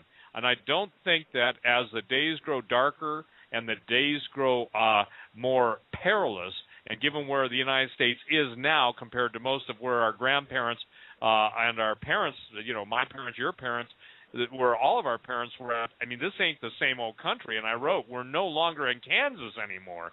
And unfortunately, the ruby red slippers don't click, and we don't get to go back to Kansas and get out of Oz. So, ladies and gentlemen, we will keep you informed. The minute it's available, or within 2 weeks, the publisher, obviously Tom will have it on his website. You can order it from him. You can order it from me. The proceeds will be, and we'll define it up front. and what we're waiting for is our final cost. This is going to be a big book, Tom. Yeah, it's going to be a big book, and but I'm hopeful that within a couple of weeks, I'm going to be on the road for a couple of weeks. I'm working on this documentary film on transhumanism, so we'll be on the road for a couple of weeks. If we get back, will be the launch of Petrus Romanus, and I can already tell that I'm going to be just swamped doing media. But thankfully, the Lord has blessed me in that I have a staff that work for me full time. And so basically all I have to do is just, be the answer guy. They pick up the phone, they give it to me in yes and no's, and I sit and hold the phone and say yes, yes, no, yes, yes, no. So nothing that I'm doing with Petrus Romanus will hold up the project for the David Flynn collection. And actually, the cover designer already has. We were waiting to get the book that you sent me. I had to get a copy of it. They're going to scan a high-res copy of the front cover of Sidonia because they're going to use both books are going to be on the front cover of the new book plus some other information and hopefully a picture of David Flynn. But we'll figure all that out. As soon as I get the first draft, I'll send it to you. What do you think, Steve? What do we want to change? What do we want to tweak? But that shouldn't take us very long, and then Daniel Wright, the cover designer, he'll get that thing done quick. We'll get all the files over to the printer, and right now the printer is turning stuff around pretty fast. About 4 weeks from the time they get the files, we have books. So that's why I'm assuming that, probably hopefully sometime around June, we'll have this new book, and it's going to be a terrific collector's item for anybody that ever cared anything about David and who now want to celebrate this wonderful gift that God gave us in this man, and also be able to contribute something in support of his kids. They're going to have the opportunity to do it. So it's a wonderful idea. I couldn't be more excited about it. I'm glad to be working with you on it, Steve. And like you said, when we get ready to do the print run, you just say how many copies you want. I'll add some copies, and they'll go. And it'll also be in distribution, so people will be able to buy it through the stores if they want to. But the ones that they buy directly from me and directly from you, there will be a contribution that'll go into that memorial fund for the support of his kids. Now, another thing that David did to get back on you want to get back now on this? Yeah, let's get back on that because I'm going to ask you that. I want you to know I'm going to ask you a question. Did you, at this point in time, your original thought and everything that Chris put together, have you guys changed your mind on who Petrus Romanus will be? Or do you think it's still hidden? Well, I have my suspicions, and it'll be published in the book. But I'm telling you that since I'm not a member of the College of Cardinals, I'm not a part of the Roman Curia, I'm not hedging for any particular reason other than I'm not a part of that occult society, if you know what I mean. Yep. And there are some very strange things that are going on that we've only been able to put part of our finger on. But here's the bottom line. People aren't going to have to wait very long. Benedict hinted that he might retire as soon as next month. Now, I don't think he's going to, by the way. I think I have reasons to believe it's going to happen later on this year. But the point is, it's most likely going to happen in the year 2012. And that's what the Rene Thibault, the mathematician we already talked about, the Jesuit code breaker, that's the year that he determined 61 years ago that the final conclave would occur in the year 2012. So we're going to find out if these Catholic mystics, if these various prophecies, everything from the prophecies of the end of the Mayan calendar, all the rest of it, we're going to find out. But there is something very, very strange going on with the year 2012 that includes a whole lot more than the rollover of the Mayan calendar. And it very much seems connected to the prophecy of the popes, to the arrival of Petrus Romanus, to the arrival of the Antichrist. People who didn't listen to that first show ought to get it and listen to it because we pointed out how it's not just a 900-year-old Catholic prophecy. So imagine a prophecy that goes almost halfway back to the time of Christ. This long prophecy that foresaw all of these different popes, and the very next pope following Pope Benedict XVI is the final one on the list. Petrus Romanus, the false prophet. He helps give rise to the Antichrist. And you look at Pope Benedict right now, he seems like they're squeezing the last little bit out of him, if you will. They're sending him everywhere. He went to Cuba. He's going to go to other places, but he's being rolled around on a cart. He can't go up. He's got to be carried up stairways. He's getting feeble. The Vatican's own newspaper has stated just a few weeks ago that he seems to be worn out. Well, he's old, right? And some people handle age better than others. And the Vatican's own newspaper also said as a result of that the College of Cardinals right now are preparing for the conclave that is going to elect his successor. And anybody listening to this show, and we'll have a lot of Roman Catholics listening to it, we might have people out of the Vatican listening to it, are aware that what I'm saying is it's really not news. I mean, it's being published everywhere, but those are facts. Now, could Benedict continue to be the Pope on into 2013, 2014? Well, anything's possible, but it's not probable. And the prophecies, definitely, of occult sources have said that it's going to happen in the year 2012. It's not just the prophecy of the popes. We talked in that last broadcast about the Zohar. 700 years ago, Jewish priests, Orthodox priests, prophesying when their Messiah would appear. And they said it in the year 5773 in the Jewish calendar, which in our Gregorian calendar begins in the new moon this September.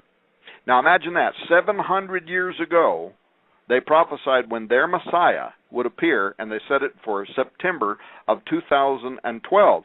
But given the fact that they rejected Jesus as their Messiah, Christians would understand their prophecy as heralding the arrival of the Antichrist, right, in the year 2012. And so then we talked about all the other things. The Mayan calendar ends in 2012. The Aztec calendar ends in 2012. The Cherokee Indian ends in 2012. Mayan inscriptions in two different places. They just found a new one where it talks about the Mayan underworld god Bolan Yakteku, which actually sounds like an alien invasion because it talks about all these motherships or whatever, these what's called support gods, but these giant things descending very quickly to the earth. That's in the Mayan inscriptions.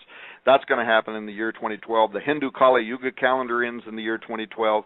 And then we talked about how Jonathan Edwards, America's most important original philosophical theologian, the greatest intellectual, how he predicted two things. Really, that the Antichrist will appear in the year 2012, but he will break his covenant with the Jews in 2016. So now all of a sudden we have two dates that appear to be important. One is 2012, one is 2016. And there's a lot of stuff we didn't talk about in the last show that's related to that. For instance, June 21, 2016 is exactly 3.5 years, the midst of the week, after the end of the Mayan ending date, December 21st, 2012. But that's the same date that marks the summer solstice in the northern hemisphere and the winter solstice in the southern hemisphere, when a cusp line is created between Gemini and Cancer. And if you read David Oveson's book, The Secret Architect of Our Nation's Capital, he refers to that date as having very deep astrological significance to the founding and the secret destiny of America. So there's a great deal more here. Also really important to recognize that based on Daniel chapter 9 and the related text, scholars believe that a period of 70 years, or a biblical generation, will elapse between the reformation of Israel as a nation and the return of Jesus Christ. Well, guess what, ladies and gentlemen? When 70 years is added to 1948, the year that Israel was formally recognized as an independent nation by the United States, it brings us through the year 2018, which means that the year 2019, exactly 7 years after 2012, would mark the year that Jesus Christ returns with the armies of heaven to establish his rule over the earth. So, what is all of this, Steve? I mean, there seems to be a concatenation of events that are unfolding, that are involved with the year 2012, that are mathematically impossible. Now, I'm not a mathematician, but I understand simple stuff like, 2 times 2 times 2 times 2 times. There's a point where pretty soon you hit the exponential curve, and those numbers, those probabilities go into the stratosphere, and we've only scratched the surface. If you read the book Apollyon Rising 2012, you find out that actually the most remarkable connection, the year 2012 for me in that book, was how the Maya directly linked the years 1776 and 2000. Hey, Tom? Yes. Tom, hold on. Something's garbling you. Could you repeat that? You just garbled really bad. You did earlier, too, so I sound okay Steve now? And, Tom, it's probably an hour in, Steve. What I need to do is refresh the Skype connection. Okay. Everything is going on tape, though, so there'll be no garbling there. Okay. Tom, why don't we do this? If you all will both give me exactly 2 minutes, that'll allow me to refresh the connection. Okay. And Steve, you I'm going to dial you right back. It's the top of the hour at 10. You want to just take a break? Hey, perfect timing. It's right on the money. So let's take a break. And, okay. Steve, I'll dial you back. We'll be back in about 5 or 6 minutes, folks. If you're just tuning in, you're listening to Omega Man Radio. We'll be right back. Well, Tom, before we went and got interrupted by the breakdown in Skype or whatever, I want to give you the time to finish out your thought. It didn't seem like we were there. Well, I think I was getting on kind of a roll. That's when you get anointed, that old saying, it's amazing what you'll say when you get anointed. But much of the research in Apollyon Rising 2012, that's the point that I was going to make, it's kind of like part one of Petros Romanus. If you read the book Petros Romanus, and if you have read the book Apollyon Rising 2012, you'll kind of see the connection between part one and part two, in that this book, in many ways, of course, it breaks a lot of fresh new ground, but in many ways it kind of picks up where we left off in that book. But the most remarkable connection to the year 2012 in the book Apollyon Rising 2012 was how the Maya had recognized that there was a direct link between the 2 years, 1776 and 2012, in a way that, if you will recall, Steve, you and I talked about this a couple of years ago, that Richard Luxton, who was the academic that had interpreted the Book of the Kumeyaal, the Council Book of the Yucatec Maya, from the 1500s, it was what he put in his personal notations on Katun 13 Ehu. He wrote this, and I grabbed it while we were on this break. He wrote this. He wrote, quote, "The dates that accompany the illustrations approximate real counts. Katun 13 Ehu began in the colonial count 1776, and the end of the Eastern Katun cycle in 13 Ehu is intermingled here with elements of the Christian Last Judgment. Whether this paradigm was also intended for the end of the long count in 2012 is open to question," end quote. And when I first found that years ago, I found that that statement is what then caused me to begin communicating to different Bible scholars and asking them, do you know of any direct connection between the Great Seal of the United States of America and the year 2012? And the reason I was asking that is when I saw this connection between 1776 and 2012 and the 13-stepped countdown, the Katun 13 Ehu, immediately what happened was the Great Seal of the United States jumped into my mind, where at the base of a 13-stepped pyramid you have the year 1776, over which is hovering the all-seeing eye of Apollo. Now, we're not going to talk about that. By the way, if people want to know more about that and that conversation, Steve Quayle and I did, I forget how many hours on that very subject. It is still over there on the website, ApollionRising.com or ApollionRising2012.com. And if you go over there, you'll find the website that Steve and I did. And what's ironic, Steve, is there's a quote down there from David Flynn talking about how he thought it was one of the best shows he had ever heard. So isn't that ironic? But people can go over there and they can listen all about that and find out all about that. But the point I was making before the break is that there's something super unusual about 2012, and most people really don't get it. I mean, they think that it just has something to do at the end of the Mayan calendar. That's really just a freckle on the blueprint of what's really unfolding and how many different ancient societies, some of which we mentioned before the break, some of which we could talk about at some other point, but in addition to that, consider that in 2012 the United States will elect a new president, hopefully a new one, maybe re-elect the same one, and Michael Savage says if we re-elect Obama, it'll be our last president. In 2012, the United Nations gets new leaders. 2012, Petrus Romanus is supposed to materialize. It wasn't also, by the way, it wasn't just Jonathan Edwards, but there were other early century writers like Reverend William J. Reed, who something like 130 or 40 years ago wrote his book Lectures on the Revelation concerning the papal system, and he wrote, we are prepared to answer the question, when will the papal system come to an end? It will be destroyed in the year 2012. So what in the world, Steve? Why were so many individuals, most of them of an occultic nature, these others like Jonathan Edwards and Reverend Reed and others of Christians who would have been inspired by the Holy Spirit, why were they so fixated that in the year 2012, several things were going to happen? One, there would be distress among the nations. Secondly, there would be the coming of a messianic figure, the Antichrist, a false Christ who would appear, the arrival of the false prophet.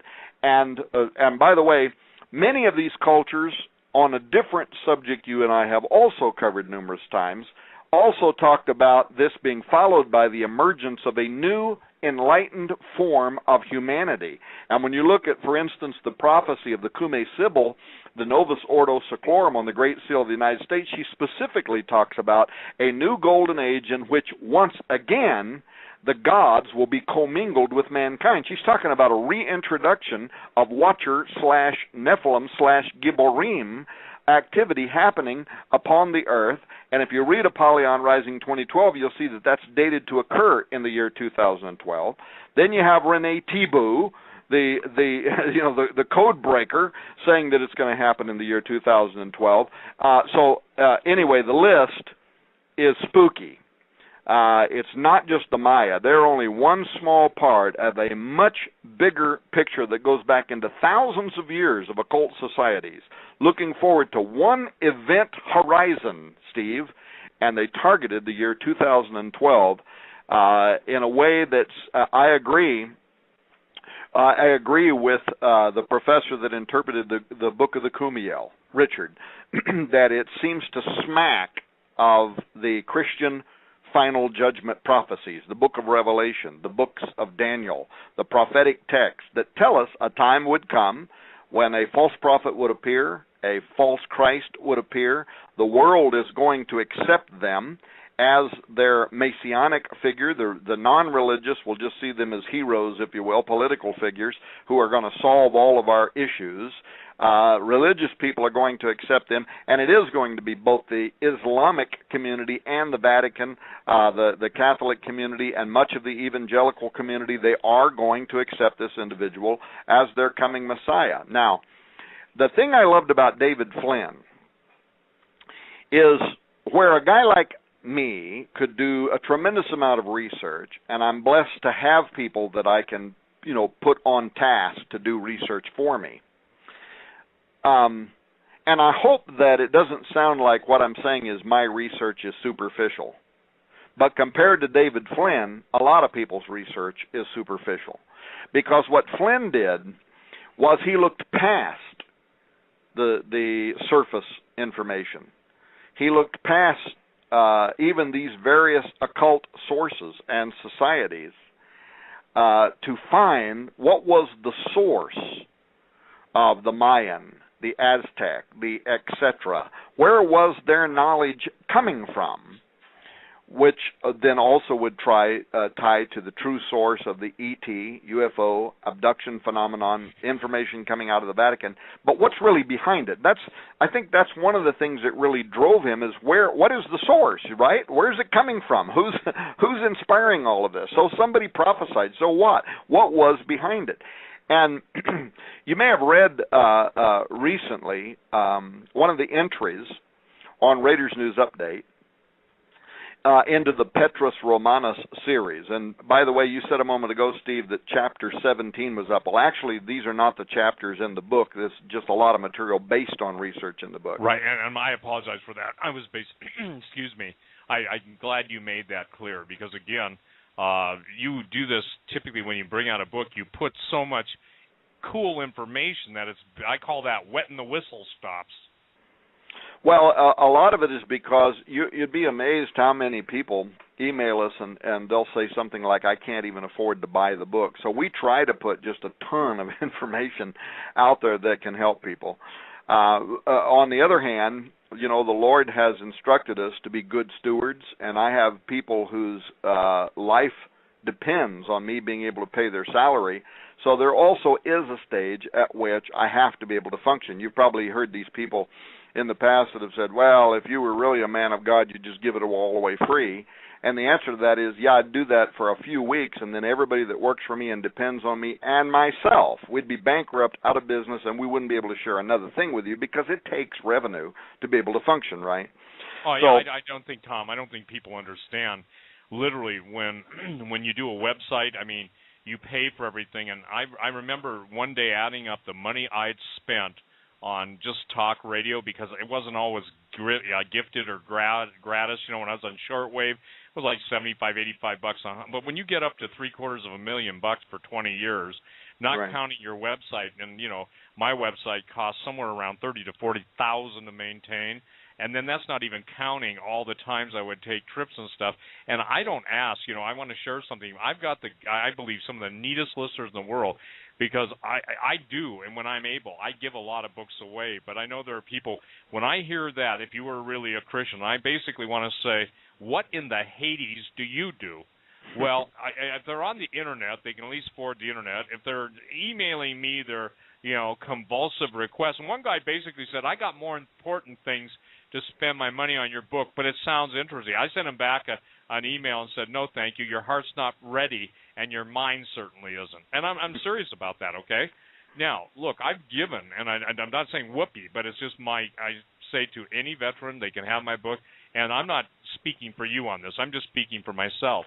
But even then, one lady got mad at me. She says, I don't care how much money and books you give away. You're an angry man. Well, so is God. He's angry at sin every day. And I think that, we've got such an explosive. I'm sitting here going, okay, we've got 2012, 2019. Let me make it clear to everyone. I think you just said it. It's a freckle, the Mayan calendar. There are thousands, if not 10,000, ancient arcane writings, all pointing out. And Tom, my contention is the fallen angels. Not only, if you really go almost word for word in the book of Enoch or in Hanok, and I've got one of a really good translation by a very brilliant man who gave me permission to reprint it for my listeners. The point that I think people have got to understand. Let me give you a good example. MySpace and Facebook. You know what that was called in Star Trek East? That's the Borg. And a very prominent man who's now dead, brilliant beyond, and at one time associated with Majestic. And if you don't know what Majestic is, go Google it. He said, Steve, he said, where do you think the ultimate control lies? And I said, with he who not only develops. He said, no, it's not he who develops it, it's he who controls it. And he maintained, Tom, now listen to this, I don't know if you've ever heard this, but he said that the whole, you're going to love this, the whole social networking, especially in virtual reality, was an alien, not meaning foreign to the boundaries of the United States, but not of this planet. It was, if you will, the ultimate web to snare everybody into the hive, H-I-V-E. For the record, the word hive exists in special operations terminology for the giants that are in stasis, and I've talked about, oh, good night, Dr. Moldeshev, who has seen them, and all the different people that have viewed them. I've had people in my office, and they said it's interesting. He said it's a simultaneous sharing of a command that goes out. It's like, if you will, an alien mind-melting neural network. Am I being clear? Does that come across clear enough? Yeah, and what's interesting is how so much of the presentations, I've been traveling the U.S. this year, going to these different conferences, and they want me to talk about what's happening now with neural networking, actually the whole hive mind issue, the approach of strong artificial intelligence, how we're going to create systems that will allow the brain to be integrated with strong artificial intelligence systems, what the state of the future from the Millennium Project is saying, all these, what the Jasons are saying to the Department of Defense, and it sounds very much like what you're talking about right now. That on the near landscape, there is a moment in which we are going to be integrated with machine intelligence, but there won't be any coming back from it. And so then you have to question, what does that even mean? If we won't even be human anymore as we understand it today, but what are the implications of it? Well, I think the implications, and this is what people have got to understand, nobody is a better authority than King Jesus. Jesus said, except for the sake of the elect, if those days weren't shortened, there'd be no flesh left alive. I can basically, give Ray Kurzweil, a great title for whatever he wants to title his next book, No Flesh Left Alive, because when you and I first started taking on transhumanism, singularity, genetic Armageddon, mutagenic properties of radio frequencies, and when you wrote Apollyon 2012, and I was writing Genesis 6 and whatever else I was writing, it's just all back there in history. The thing that was amazing to me, Tom, was the absolute, as you and I, and look, I'm not taking credit, but I believe this is my calling and your calling. It was almost, you and I would say something, then immediately they would come out and counter it. I think you've noticed that. And I mean, you've been taken on by, some of the transhumanists, and I forget the guy that wrote the essay, and basically to them, we're Neanderthals.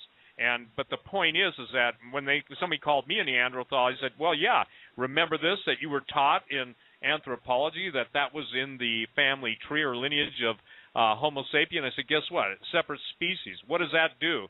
And I said this, it's a good thing you guys didn't, I said the only thing lacking in anthropology is the jawbone of an ass, courtesy of Samson.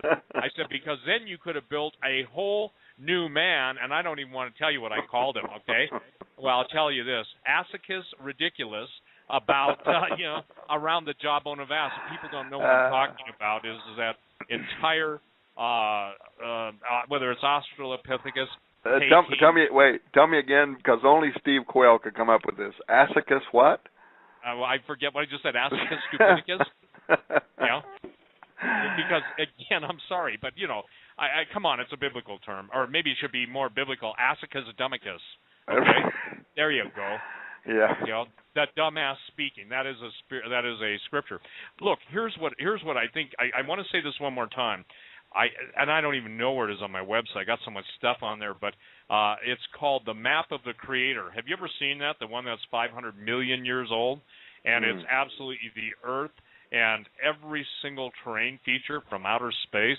It's almost as if you were basically with the Hubble's telescope looking down on the Earth and every ridge, every valley, and they claim, and look, I'm not going to argue over dating, but and even these things, they all have that coordinated time sequencing. So here's what I'm saying. I don't believe, Tom, that people understand that they've already, if they're on Facebook, and I am opposed to it, if they're on, what is it called, Twitter, Flitter, whatever it is, I know what Twitter is, and I really don't. I'm not on it, okay? But basically, the thing that people have got to understand, you have been assimilated. Before you were told you were going to be assimilated. And when I was talking to a special operations general, he said, Steve, this is how the giants return. This is how the fallen angels work. I went, oh, I get it. That's even their alien technology. And he said, you're starting to see it now. So, Tom, here's what we're trying to tell people tonight. Okay, everything is in place for the final pope, the revealing of Antichrist. If people don't like the time frame 2012 to 2016, putting Jesus into 2019, I'll inevitably get, well, we're going to be out of here before then, so all you guys are wasting time. Well, if you're wrong and we're right, then there's some interesting dilemmas that let's say, this forces those who would criticize to deal with. So the hive mentality, okay, that hive mentality is what's coming back. Because when you deal with the world of the occult, it's amazing. And I've interviewed enough of those guys over the years, and ladies, to know that it's like they know that they know when they're all together. And I'm not just talking about Beltane or Samhain or whatever. I'm talking about there is a hive-like mentality. Now, if you oppose the hive, you're given the most wonderful thing that God, the King of Glory, has ever created, and it's called free will. I'm not chemically determined. I'm not a spontaneous outburst of an amoeba's love life. You know, we are you've got to have that one too. We are absolutely designed with the most careful, the most beautifully articulated genius, the fingerprints of genius, the heart of God, the absolute Spirit of God, the good night, the Ruach. You know, I think it's what in Hebrew, Ruach. I can't do it, but Ruach HaKodesh. You know, and the thing is that we exploded with life, and now, can I tell you something? We're too, and I'll use this word because the other word would be offensive. We're too bloody lazy to even take up that cross, which represents all the power, all the absolute redemption, everything Jesus is. And when Jesus said, "To as many as receive me," him speaking, gives he the power to become the sons of God. It is a question of power. And right now, the ball of power, if you will, is in their court. God did say, Tom, and I think you're the antidote for this. I'm the antidote. David certainly was. And everybody who writes apologetically, there's some amazing men and women of God out there writing. But the point is that God's people are destroyed for lack of knowledge. Now, that's a cutesy statement until you start asking the Lord individually in prayer, Lord, does that apply to me? And God says in that Scripture, you know that, it's because not they aren't presented with the knowledge, but they renounce it or they reject it, okay? They won't embrace it because it interferes with their paradigm. You and I have talked about the day, if they have their way, there is no more humanity. And I got to tell you something. My favorite website is your website. I mean, I do mine, and it's a compendium of everything, and I really love Raiders because obviously you and I have been doing this long enough to know that, we know where it's headed, and we're trying to lead people out of the path of destruction. But I got to tell you, ladies and gentlemen, when we talk about transhumanism, singularity, robotics, and sentient robots, and basically the Hercules gene being introduced into super soldiers, or all of the qualities that you're now hearing coming out of DARPA, I'm telling you, Tom, people have got to understand the day of apathy, indifference, and casual yawning, burping, and chirping in church is over, in my opinion. Yeah, hey, listen to this excerpt from the current State of the Future report from the Millennium Project. It's just a short excerpt, but think of the implications of this short paragraph. Quote, as computer code is written to create software to augment human capabilities, so too genetic code will be written to create life forms to augment civilization, end quote. Wrap your mind around that. And the bottom line is what they're saying, Steve, is your point, that humanity is being assimilated right now, that artificial intelligence is on the near horizon, that our brains will be integrated with these systems. But then what's going to happen is that our natural, God-created, normal, human gray matter is not going to be able to process the teraflops of information that will be necessary to be integrated to the Borg.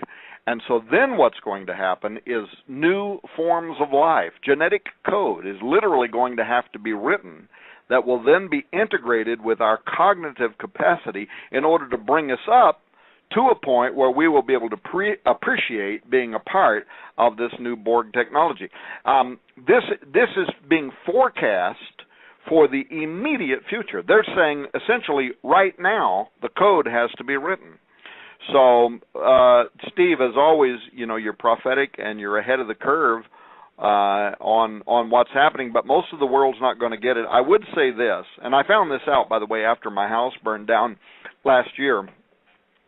The sympathy, because we've talked tonight about, the other side, the waterless cloud society that's out there working overtime, the buzzing flies of the Lord of the Flies that's trying to distract people from the truth.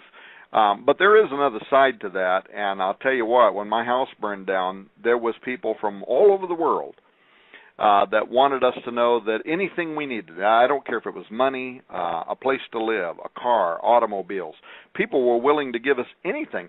And if we had been the kind of people who would take advantage, we could have went on our website and said, please help us, and we could have milked a ton of resources out of people. I'd never do that, and so we went on Prophecy in the News with Gary Sturman, and we said, we're okay, don't worry about us. We had insurance on our home. We've got a temporary home. We're in it right now. The kind of stuff that can't be replaced is lost, obviously, little pictures that the children made for us when they were coming up through school and that sort of thing. So it was particularly hard for Nita, but those are the kind of losses that money's not going to do anything to help anyway. And we wanted people to know that. Now, there were a few people that still gave anyway, even though we were telling them not to, and I can let those people know that Nita, my wife, she supports about 24 missionaries, and the revenue that came in went directly back. For instance, there was a guy and his wife that sent us a check for $1,000. A few days later, Larry Spargamino of Southwest Radio Church, him and his wife barely made it into their tornado shelter in Oklahoma, last year when the tornadoes went through. And when they came out of their tornado shelter, there was nothing left. Their house, their barns, their vehicles, everything was gone. Well, then we turned around and sent those monies forward to them. Pay it forward, that movie? So that's what we did. And I'm very thankful to God that we are in a position where we would be able to do that. But what I'm saying is we found that there is also this other side, the real side, the true Christians. They really are there. And Steve, they're listening. They're paying attention to what we're saying. And you know it and I know it. And so we're very thankful to God that you and I have been put in a position right now as we're entering into the end of the end times, that we've been given some small opportunity to be a blessing to those people and to I haven't been a pastor for many years, but I can tell you, Steve, that in many ways you and I are pastors to these people, and we care deeply about them. And so I'd want people listening to this show to know that we're also aware of that side of the body of Christ, and we're very thankful to have the relationship, the friendship, the kinship that we have with them. Well, and I think that's well stated. And I think it's important for people to understand that basically a bishop and in the New Testament word, the admonition from Paul was like, don't give them a hard time because they watch for your souls. We're trying to tell people right now actively that the ultimate soul catcher, the ultimate soul stealer, the very dark denizens of damnation are out to release. And, I get then I love the other emails, okay? The other emails I get, you just sell fear to sell your books, blah, blah, blah, blah, blah. My answer to that is that, look, I have stated 100 times, maybe 200 times, the antidote for fear is knowledge, okay? Right. And when someone comes with wet pants and tries to blame me that I made them, let's say, lose control of their body functions, I mean, that's going a little bit too far. I mean, seriously, Tom, the thing is that people are scared, and I have learned this, that if God's people are destroyed for lack of knowledge, then the reverse is true, that they'll be redeemed by the implementation and the obedience to that knowledge. Well, here's some deep knowledge that David Flynn masterfully accomplished in his lifetime, in that he looked past the occult sources of these societies to try to find the secret source of Mayan, Aztec, and these other numerous cultures. You may, I was going to say this earlier. I posted a Petrus Romanus article. I sent it to Donna, and she posted it, that we're running at Raiders News Update right now, where it mentioned the Mesoamerican name Amaruca. Yep. And I'm not going to talk about that, but some people believe that that's the real origin for the name America. And in that article, we pointed to the legendary source of the Amaruca and Mayan, Aztec knowledge as having been delivered according to their beliefs by the dragon of many names, most notably Chan-QAnon and Quetzalcoatl. But what we didn't take time to explain in that already lengthy article is how in the Mesoamerican pantheon, Quetzalcoatl is a demiurge who has descended into the underworld at this time to do, guess what, Steve, to rescue and to preserve the seed and the bones of the old ones. Absolutely.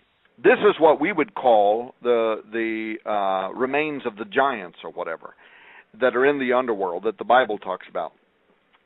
He does that, though, in order to preserve that seed through the end of the fifth sun, the current time that we're living in now, so that it can be revived at the end of that time. Well, when does it end? December 2012. When the Mayan artifacts say that he's going to return with Bolan-Yakteku and the other underworld realities, and then there's also going to be at the same time a descent from heaven of the 9 support gods or motherships or whatever in the world they are that are described in those fragments that we have there in Tortequero, Mexico, Tabasco, and one other place now that's been found that also speaks of the same prophecy. What's also important is this legendary figure, Quetzalcoatl, sounds almost identical in some of the pre-Hispanic writings. He sounds like he's none other than the legendary figure that the Sumerians called Gilgamesh, the Egyptians called Osiris, the Greeks called Apollo, the Old Testament called Nimrod, and that the world is soon going to know as the Antichrist, whose seed is preserved. And if you read the book of Revelation, it's brought up from out of the underworld together with end-time giants, I happen to believe. That's the way I interpret many of those texts. So what you're seeing is that in the pantheon, in the mythos of the Maya, they actually tell almost word for word the same story that you and I have discussed on numerous occasions from other extra-biblical texts like the books of Enoch and whatever, and the book of Isaiah, where it tells, and the book of Revelation, where it tells us that the time is coming in which up from out of the underworld, the beast is going to rise and is going to enter into Apollyon, Apollo, Gilgamesh, whatever, this legendary figure, he that was and is not and yet shall be. This legendary figure is coming back, or at least the spirit of that legendary figure, and it's going to inhabit the person we think of as the Antichrist. Now, in Hermetic iconography, you better explain Hermetic iconography. Well, okay, so real simple. Symbolism, Hermenism, symbolism. In that kind of imagery, the beginning and the ending points of the sky are positioned where the ecliptic, the pathway of the sun, crosses the Milky Way. Well, ancient descriptions depict that hermetically, I almost can't talk now, depict that distance between those points as a snake that's called the Ouroboros. This is really famous, the tail devourer, that encompasses the heavens and swallows its own tail. That's one of the oldest mystical symbols in the world. It's in Aztec, Chinese, Native American mythologies, just all around the world. But in alchemical symbolism, the mouth of the snake is viewed as a place of arrival and departure of spirit beings. So gods, angels, Quetzalcoatl, whatever. You could also think of it as a wormhole. It's an opening or closing point where these gods can enter and disappear into, but that they use to navigate the dimensions of heaven. For example, the god Quetzalcoatl, who besides the conversations we've had, he's actually the most well-known Aztec deity. He's portrayed as either being or entering the Ouroboros on Aztec and Toltec ruins. And in some renderings, there's actually a ladder that's seen descending from the ecliptic such as when Quetzalcoatl descends from the sky on a rope ladder. You can see that in some of the Mesoamerican drawings. But anyway. Hey, Tom, it's important for people to understand, too, the word Amaruca. That literally means the land of the plumed serpent, okay? Land of the plumed serpent. And what's interesting, just to throw some really neat stuff out there, in the book of Forest of Kings, one of the most famous Mayan kings is Shambhala.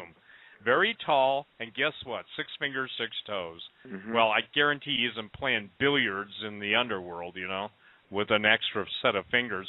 What I'm saying is that the land of the plumed serpent, and that is so interesting, feathery serpent, and that translates out into, if you basically go etymologically take it apart, it literally translates out into the dragon that fell with wings, okay? Right. Gee, who does that sound like? Well, it's a dragon that has the power of air.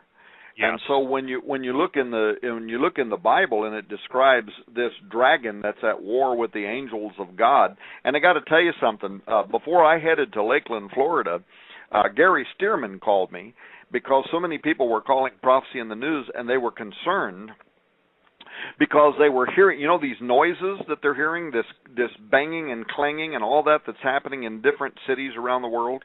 Yes.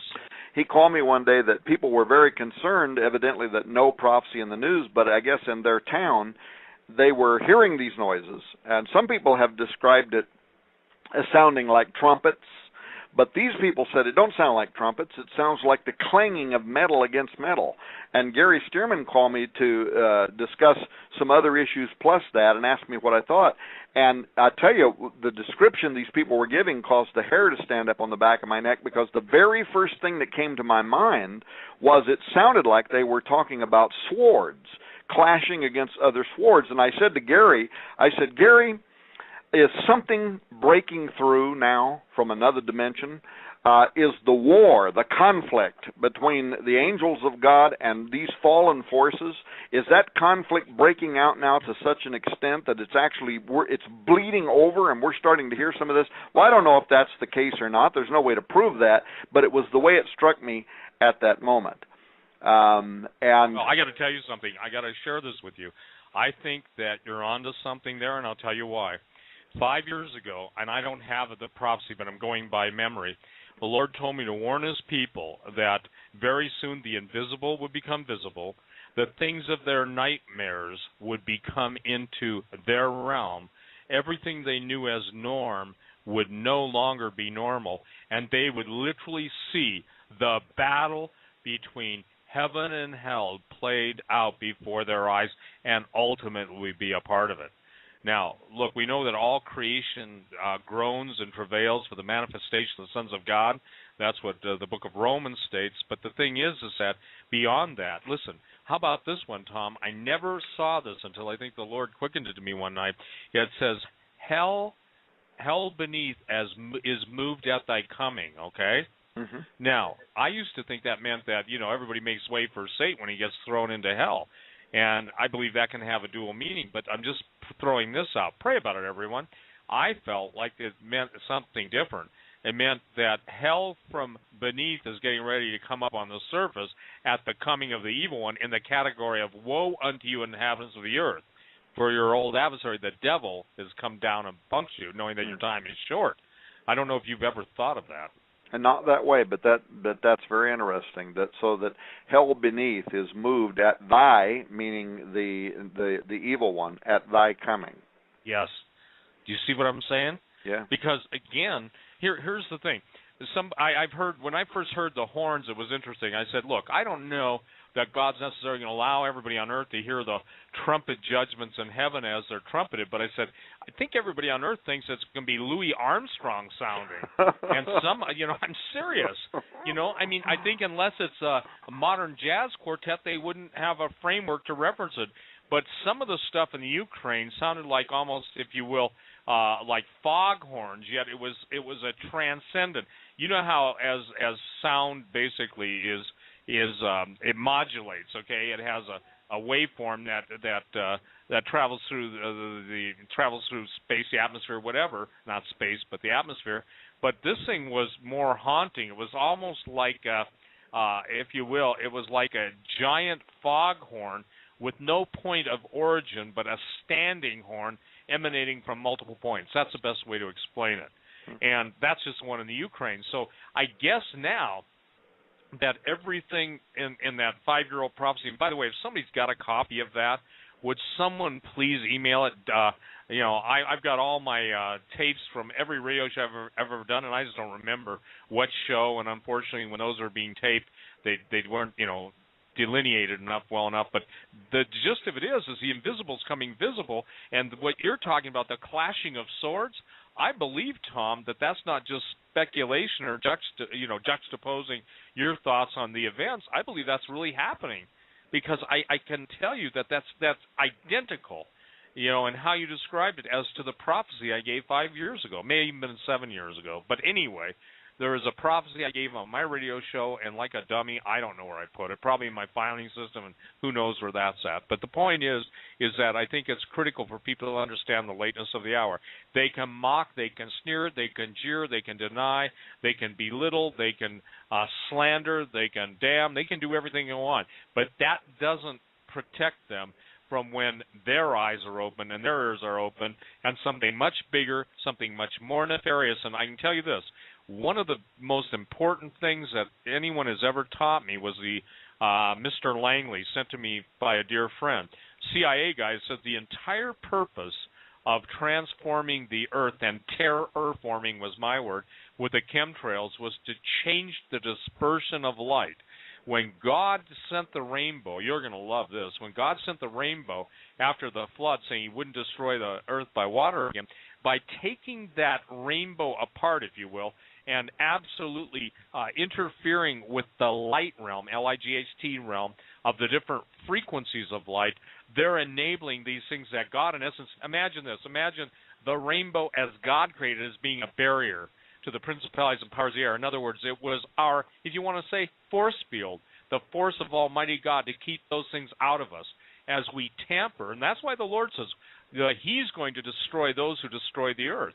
But this man was one of the highest-ranking CIA guys, and on his deathbed, he basically had a conversation with a man I know, and that's what was given to him, the most amazing understanding of why HARP exists and all this stuff. The Mayans, the Aztecs, the Incas, the Egyptians, by the way, mummified their dead because they knew there would be a time when they'd be brought back to life. Not just, quote, in the Book of the Dead. They knew they were coming back. And so it's something that's important for people to understand. So what you're saying about the Mayans of 2012 seems to be the revolving door for hell on earth. That's the best way I can describe it. Yeah, and the other thing is, people who may, think that the prophecy that you gave, the conversation around what are these strange noises on the earth, whether or not those particular noises are related to supernatural conflict exists, period. Or if you don't believe that, then you deny the Bible. That angels, there are good angels and bad angels, and there is supernatural warfare that is involved right now in the world around us. But we know that in addition to the facts of basic spiritual warfare, that there is coming a time where there is going to be war in the heavens. In other words, the conflict is going to be increased to a new level.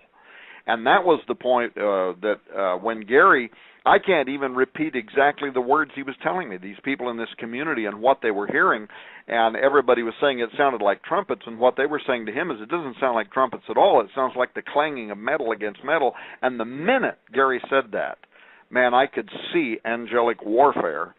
And the fact that it is so intense now that it is starting to bleed over from in their dimension into ours, because there still is no explanation about what these noises are. Now, it could be the government's doing experiments, it could be HARP, it could be something else. I certainly have no insight on what's going on. All I can tell you is what my first initial and immediate gut reaction was to the way it was described to me that day, and it literally caused the hair to stand up on the back of my neck, and the first thing out of my mouth was, Gary, is something starting to bleed over from the angelic realm?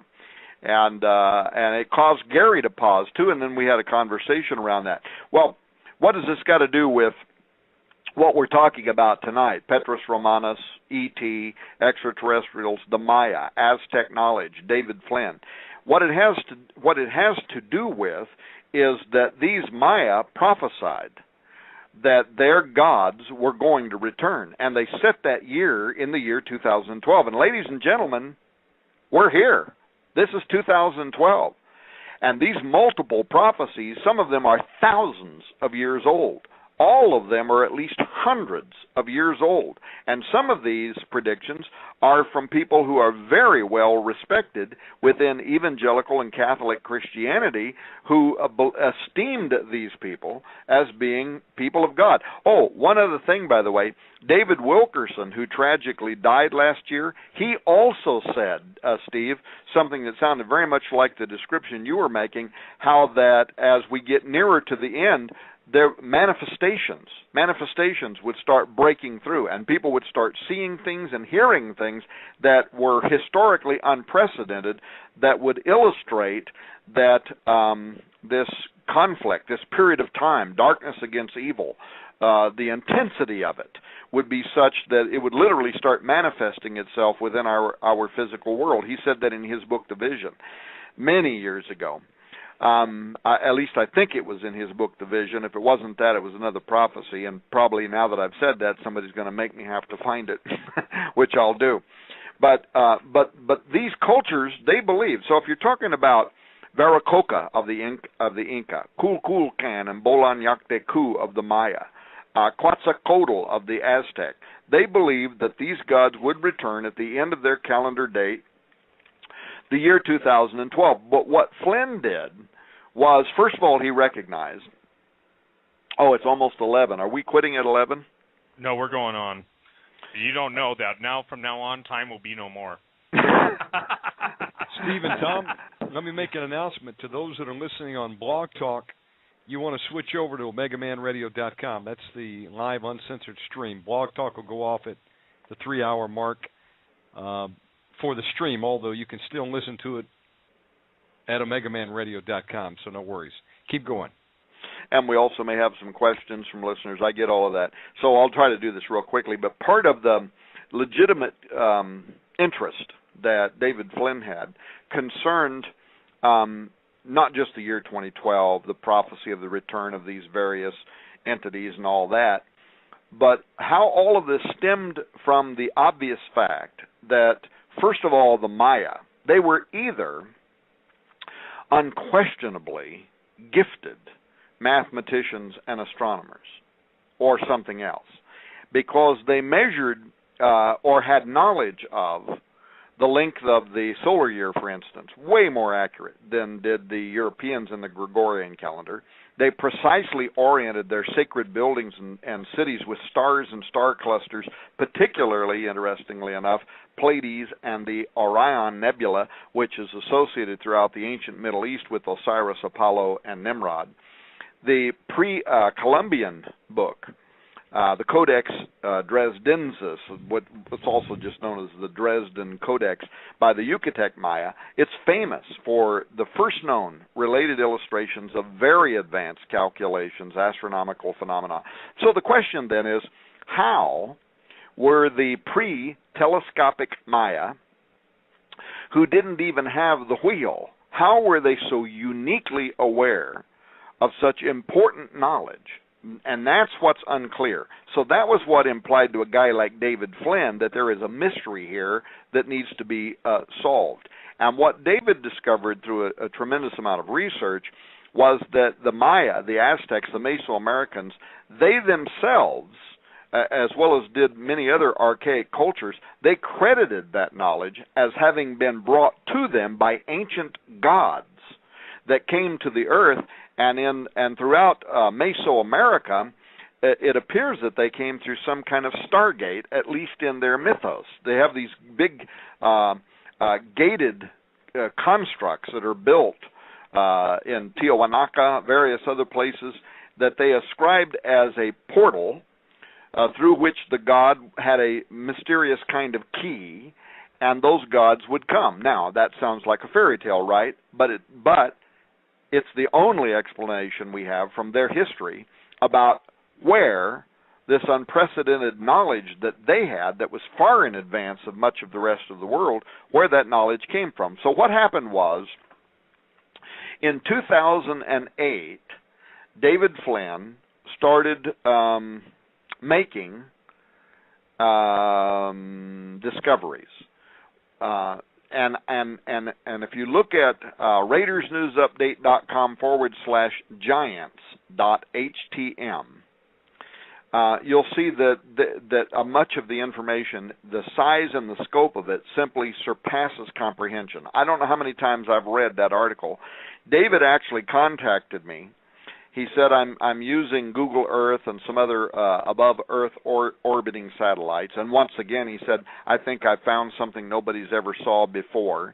He wrote a bunch of the information, sent it to me. I edited it. I kind of cleaned up the language, if you will. So he and I kind of, sort of, wrote the article together, but none of the revelation was mine. It all came from David. Every bit of it was his. And what he found was mammoth traces of intelligence, carved in stone, literally covers hundreds of square miles. And I wrote at the intro of the article that, in my opinion, it was possibly the strongest evidence that was ever detected of prehistoric engineering by those ancient entities that were known and feared throughout the ancient world as gods. But I was talking about, of course, the giant offspring of the Watchers. Because what David did was, in similar fashion to how modern archaeologists, have recently found ruins of hidden Mayan temples in the Guatemalan jungle using these satellites, well, David, he used Earth orbiting satellites, and he imaged this vast network of patterns that surround Lake Titicaca in Bolivia, South America. They extend over 100 miles south into the Bolivian desert. But what's strange about them is that there are patterns that display geometric repetition, interlocking rectangular cells, mounds, perfectly straight lines that are cut deep through the rock into the earth, and it goes across everything. I mean, the topographical features, high plateaus that surround the lake, through floodplains, through hills, through cliffs, through mountains, these deep, straight, perfect lines that lay out these patterns upon the earth. There is no technology on earth that could explain how in the world these patterns were created. And I am still to this day astonished. I think, frankly, Steve, I think the only reason why National Geographic or somebody else hasn't picked that article up and wrote something about it is, first of all, they don't want to deal with the ramifications, and secondly, they have no clue how to explain what we're looking at. So Tom, hold that thought, because we're going to get aced out with the changeover. Bruce, do you want to go ahead and announce it one more? And yes, we'll sir. Stay until we come back. We need those out there that are on Blog Talk to now switch over to OmegaManRadio.com if you weren't listening there already, and you'll be able to hear this final segment tonight. We're still live on tape, and this will be available up in the archives later, the full 4 hours, for those that were on BTR and didn't make the switch. We're now live on the 4th hour. Continue on, guys. Go ahead, Tom. Well, I'll try to do it quickly, but the whole point is this. 12 miles south of Lake Titicaca, located within the center of an array of geoglyphs, there are megalithic ruins. There at Tiahuanaco. Many people are aware of these, by the way, and other New Agers have written about it. It's actually known as the American Stonehenge, the Baalbek of the New World. That's one of the titles that's given to it. And if you know anything about Baalbek, you've got these enormous stones protruding up out of the earth. You've got the what do they call it, the stairway of the giants there, where you've got a stairway going up into what at one time, prehistorically, was a giant temple.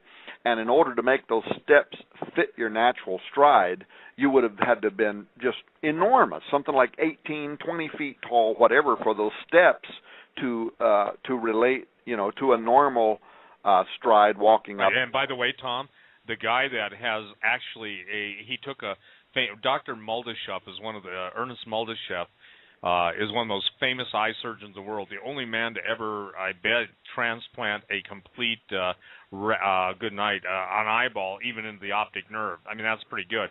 He took one of Russia's most famous physiologists, okay? Actually, I think it was a professor at one of the universities, and he took him to Baalbek. And they actually have the footprints in that thing, and when I tell you the footprint, they have footprints that are in limestone that are huge. When I say huge, I'm not talking 36. I'm not even talking 48 inches. I'm talking somewhere close to 5 and 6 feet. Baalbek also has the largest single quarried stone in the history of the world, and it's called Stone of the Pregnant Woman. Saying all that, the point is Baalbek is supposedly, underneath Baalbek, is the largest hive, and I don't know, I can't prove this, but I was told this by guys that fight these things, literally, is the largest hive, or if you will, repository of giants in stasis, S-T-A-S-I-S, and it's interesting if people understand where Baalbek is, and again, in the Hebrew, they used to refer to a lot of those areas as the Valley of the Rephaim.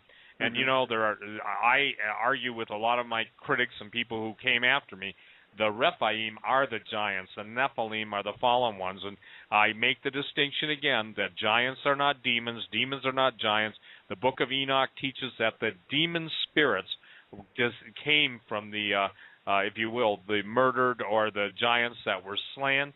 And that as these giants that were slain, their bodies are reconstituted through genetic engineering, these demon spirits will enter back into them, reanimating the body, and they got long memories, and they got the same appetite for flesh, you know, that they've always had. So it's interesting, isn't it? We hear about certain national soft drinks using aborted fetuses and stuff. See, what I'm trying to say, ladies and gentlemen, our entire atmosphere is being reconfigured for these things to return. And, Tom, do you remember the Norway spiral back in, what was it? Yeah. I think what people need to understand, even at Tiwanaku, and I was just told by a former park ranger in Utah, it seems like Utah and the Four Corners region of the United States, where they actually have an area called the Valley of the Giants, that the spirals, every place I have been able to type spirals, both to prehistory and I'm talking, you know, ancient history, the spiral was always a sign, if you will, of the location of a stargate, angel gate, whatever you want to call it. So remember who was in Norway when that appeared in the sky, and the blue beam. And if anybody doesn't know what it is, just Google Norway spiral, and you'll probably get the mail online. What I'm saying is what you're saying about all of the Mayan, Aztec, Incan, they all A-L-L, attribute their building of their empires to the giants that came from the east. And you know that's exactly where I was going with that. And David didn't just make that statement, but he went into tremendous research about all of the different cultures around the world that explained what otherwise cannot be explained.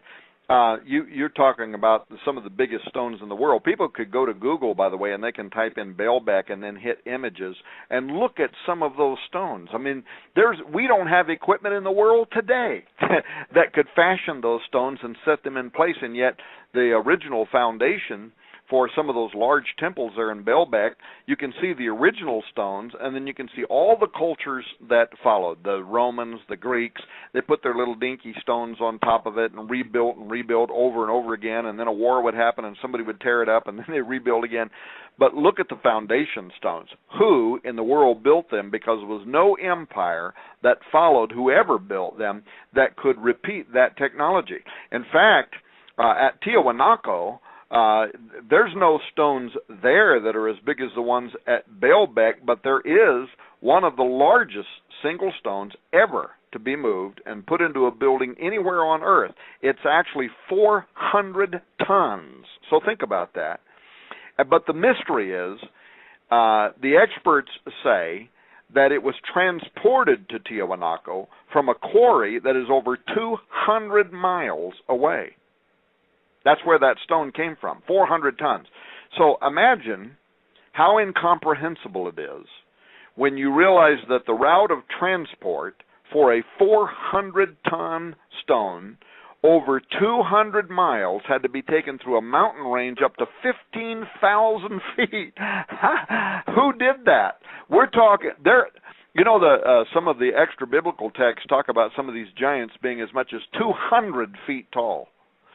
Well, there had to be something, because otherwise there's no conventional explanation for how those stones could be moved 200 feet through 15,000 feet above sea level, 200 miles, and then put into place in some of the temples that are there. And then you get these conventional historians that tell us that the structures at Tiahuanaca are only about 600 years BC, and that a pre-Inca civilization that didn't even have the benefit of a wheel or any other type of, didn't even have modern written language.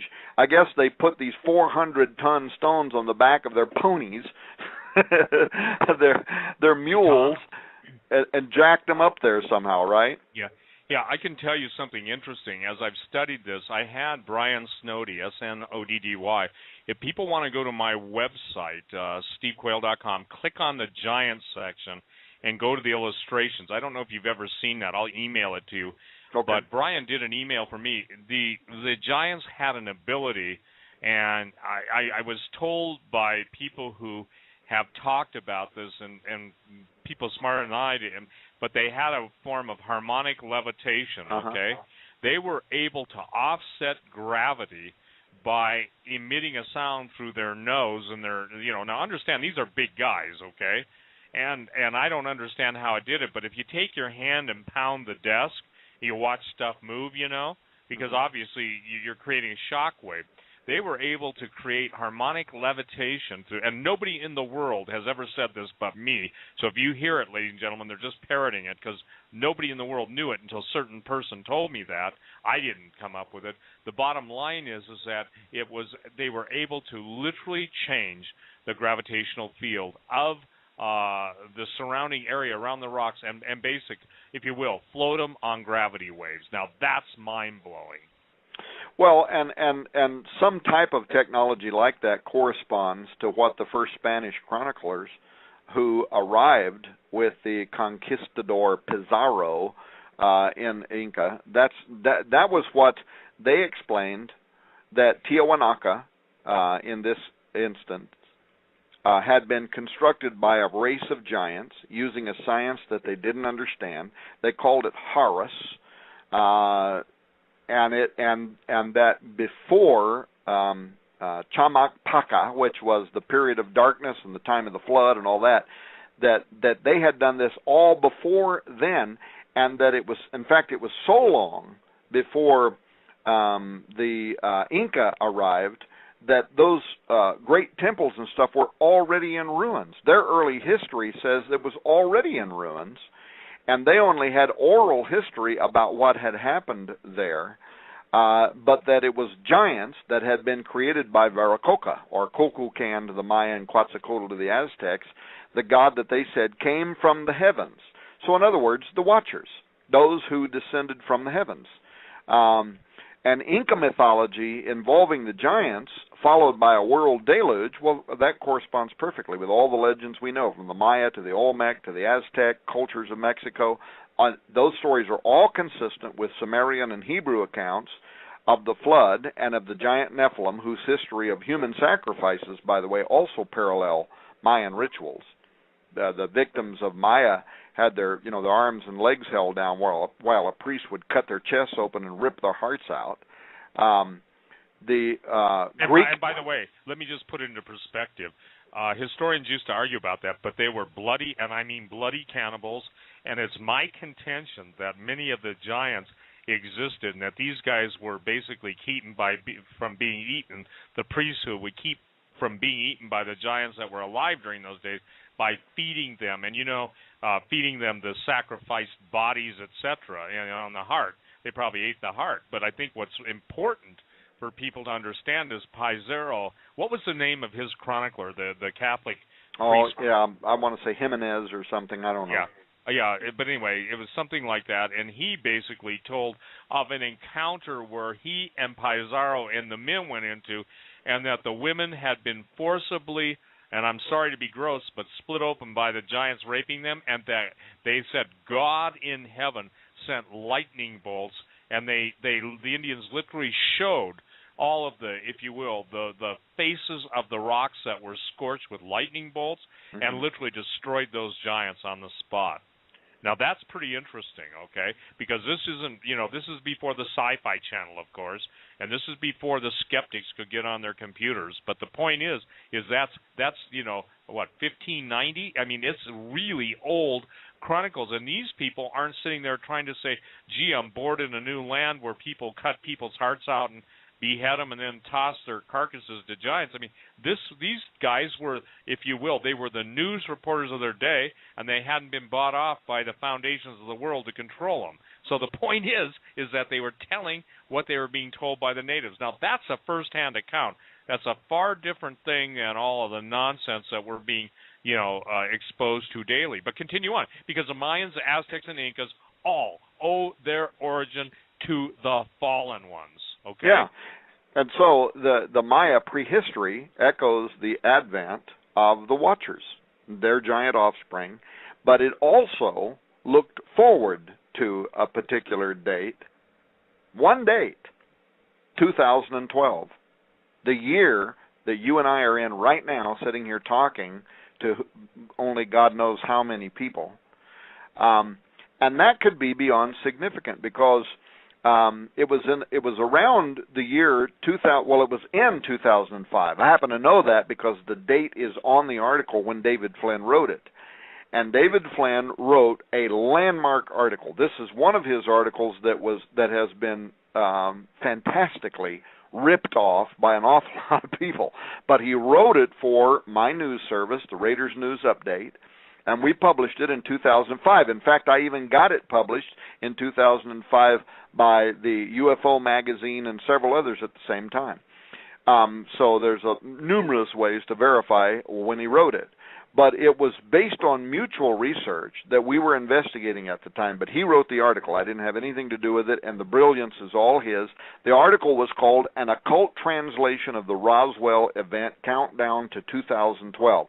I've seen, by the way, that research, even very recently, this year, in so-called brand new books, where authors are out there and they're doing shows and they're making a name for themselves, and they have not given David one piece of credit, and it is almost a word-for-word ripoff of his occult translation of the Roswell Event Countdown to 2012.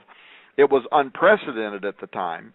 It later formed the basis of his presentation at the 2005 Ancient of Days Conference in Roswell, New Mexico. Oh, and this reminds me, one of the things that we want to be able to do, Brenda, David Flynn's wife, she sent me, I don't know how many, but I think I've got maybe at least a half dozen or more of David Flynn's video presentations that he made over the years at Roswell and other places. I have not been able to get Richard Hoagland to respond to give me the one presentation that David was very proud of that he did with Hoagland, so I probably am not going to get that, and Hoagland may not even have it anymore.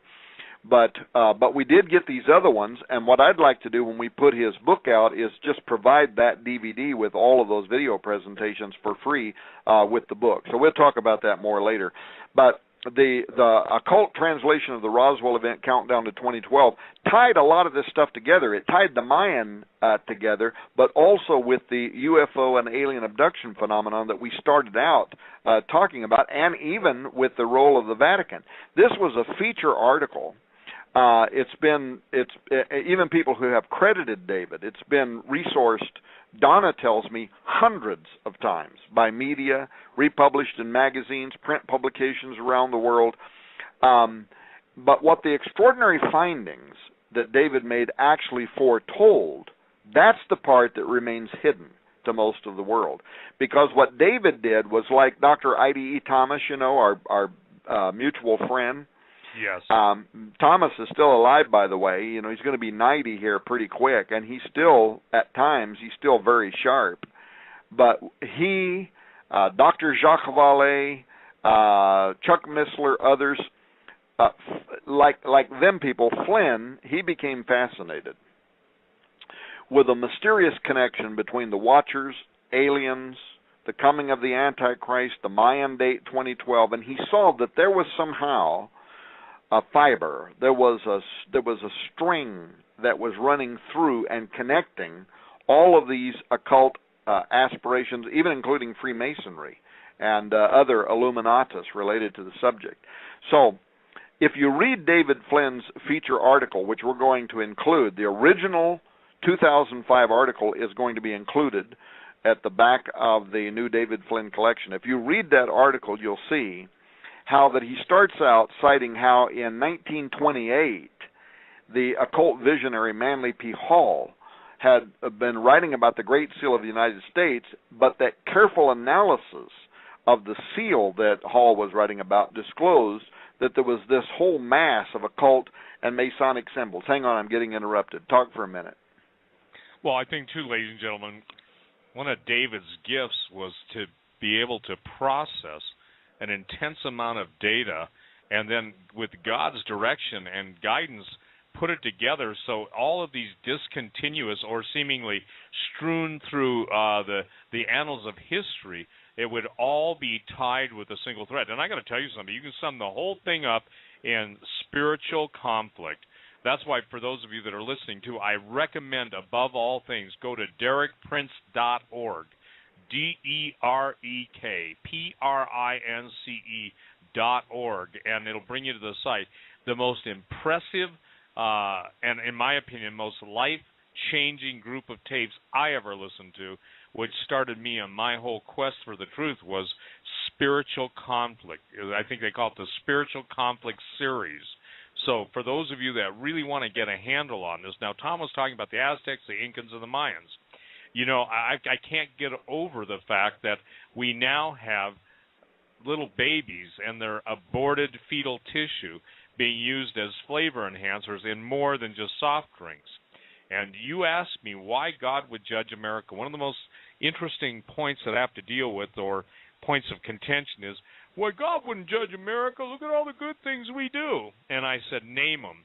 And usually they'll say, well, you send more missionaries. No, we don't. That's not true. And for the record, ladies and gentlemen, it's real simple. God says, if you do right, you'll be blessed. If you do wrong, you'll be cursed. And I've said this 1,000 times over the years I've been on talk radio, that God judges nations, and he judges them in time. He judges individuals as far as their eternal, where they're going in eternity. But there comes a time now when all hell is breaking loose. And as the hell literally breaks loose, people are going to see more and more strange phenomenon. That's why I encourage every single person that is listening to the show to memorize Romans 8, especially Romans 8, 26, 27, 28. And when Tom was talking about some of the giants being 200 feet tall, if you want to Google Colossus of Rhodes, one of the ancient wonders of the world, that was done in a life-size sculpture that stood over the harbor at Rhodes, the island of Rhodes, Rhodes, in the Greek islands. What was fascinating about the Colossus of Rhodes, though, is, again, you're dealing with the word the Titans. And the Titans were basically the elder gods, or in our case of talking, we are talking about the fallen angels that left their first estate. And so when you read about all the children of the Titans, and it's going to be interesting because most people don't understand that almost every single heavenly body or moon of our planets, and at least our solar system, are named after the Titans. Now, why is that? Did somebody just say, oh, let's say we got 12 things we got to name, and there's, 12 Titans, and maybe more than that, 1, 2, 3, more than that. The point I'm trying to make to you and for you is ancient history is before your eyes at all time. As Solomon said, there's nothing new under the sun. That which has been will be. And I think it's important for those of you that when you start to understand this, I made a statement earlier in the show that southern Utah has some amazing glyphs. I won't tell you where it's at, but I got a call and an email from somebody, and they shared with me they were a park ranger in a certain area in Utah. They literally have the same exact petroglyphs as they do in the Australian outback in the Ayers Rock, Ayers area. And it's the, I think Stan corrected my pronunciation, Deo did, but it's called the Wajina, W-O-D-J-I-N-A or something. I used to call them the Wajinga, but it's a Wajina. And they're almost identical parallel are in Utah. So tell me this. Do you think really the Australians settled the United States before the Chinese? No. What I'm trying to tell you is that the stargates that Tom is talking about, Tiwanaku, the usual place for a stargate is when the ley lines intersect. Every sacred place that's known as a sacred place has a stargate. When you see a spiral, you know, whether it's a Norway spiral, please go Google that story, the Norway spiral, and then ask yourself this. Was a message being sent? Was it Project Bluebeam? Whatever you want to speculate on. But look who was in Norway. I won't tell you who was. You can look it up. And it's interesting that the ancients always equated the spirals with the entrance or exit point of fallen angels. Tom, are you there?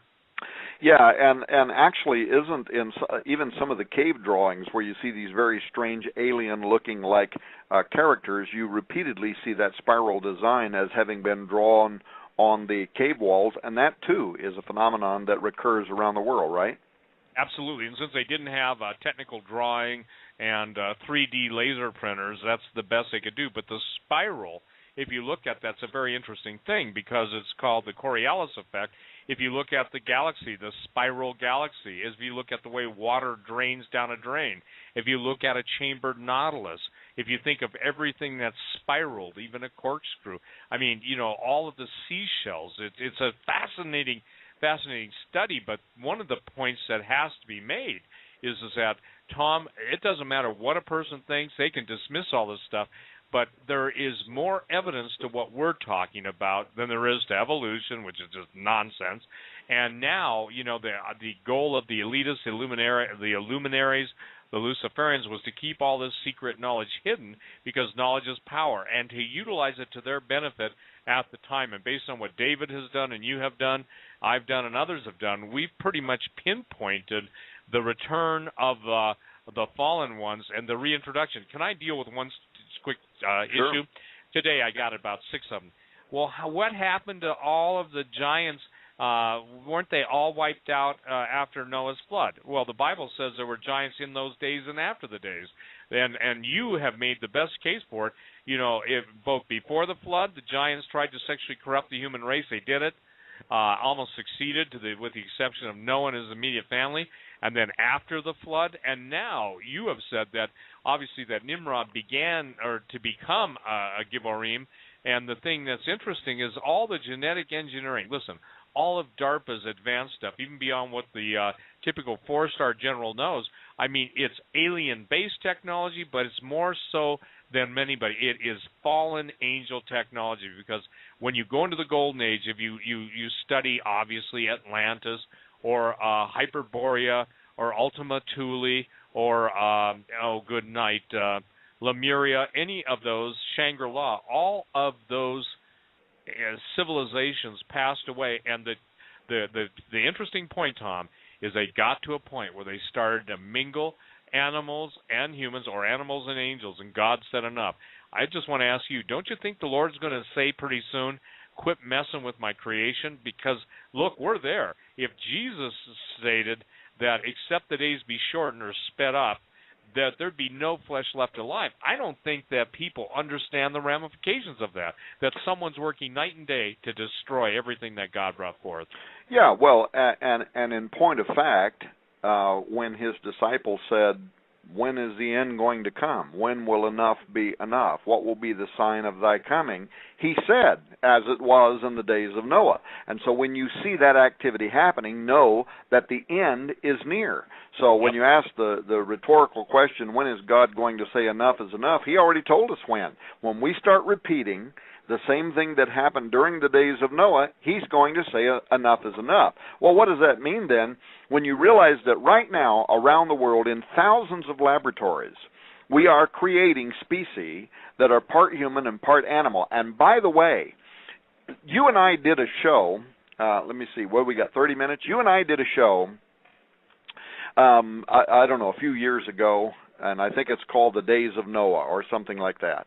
And in that show, we talked about how in 2008 or 2009, Reuters had interviewed those scientists out of Britain that were doing human-animal chimera research for the pharmaceutical industry, but how that they had gone to the government of Britain, and they wanted to know if they could have taxpayer revenue to further their research. And there was this big hoopla in Britain among the pro-life community that didn't like the idea that a part animal, part human would be created that then would be experimented on as an embryo and then would be destroyed. Well, those scientists were back 24 months ago, and there was another Reuters article, and you'll even recall the article. It was called "Scientists Want Debate on Animals with Human Genes," and the very first paragraph had to do with creating mice that could speak, dogs with human heads and hands and feet, and British scientists wanting to know if those kind of experiments would be acceptable. And if you read that Reuters article, what they were saying was, first of all, some of their colleagues already were pushing the envelope, already were creating human-animal chimeras that they were raising to full maturity. That's what they were alleging. Well, people at the time, when you and I talked about that, people couldn't believe that that was actually happening, that they were raising these splice-like creatures. As a matter of fact, it was about the time the movie Splice came out, and you recall that I asked you, because I hadn't seen it. Yeah, and I said it was the most repulsive thing. I went into detail how, obviously the husband or the scientist has sex with the offspring that they create out of this mass of goo, and at the very end, the baby that they produce, the scientist, the scientist and the woman, or the hybrid woman, produce a thing that all of a sudden grows into a giant with, a fallen angel-like creature, 8-9 feet tall with wings like an angel. Now, somebody knew a whole lot, and that's that time you and I did that show, Tom. Yeah, that was right when we did the show. The movie had just came out. I since saw it because somebody sent me the DVD so that I could watch it. It's kind of a gross movie. But, yeah, so it was a very Nephilim offspring type film talking about splice-like creatures. But sex was really important in that. Sex, you had to have, again, the splice-like, remember the laboratory thing? Had to be then, then he inserted his, semen into her, and then the baby, and obviously the thing at the end kills the father of the progeny of the fallen, not the fallen, but the genetically created female with the tail. Well, here's what's important. You and I, now people can go, here's, again, Steve, when you and I happen to be on the front side of technology talking about things that people couldn't believe. They're saying, you guys are out of your mind. This isn't really happening. You've watched too many movies, blah, blah, blah. And Reuters sent a journalist this article. In fact, if somebody wants to email me, I'll send them the article.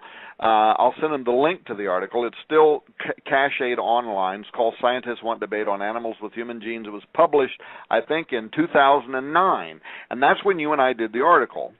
And at the time, I was saying that I felt, and you felt, that what these scientists were asking for was permission to essentially develop islands of Dr. Moreau, where they could raise these things to full maturity for long-term experimental purposes.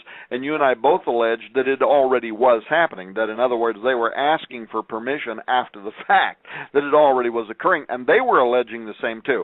Well, some people thought we were crazy, other people weren't sure. Well, guess what? Fast forward to now, and in just July, the Academy of Medical Sciences in Britain admitted that science had been going on before that article and since that article, and that in fact it's advancing so quickly, they are calling now for an international regulatory commission to oversee the creation, Steve, of fully mature half-humans, half-animals. We're not talking about animals that have a little bit of human genetics. We're talking about 50-50 integration.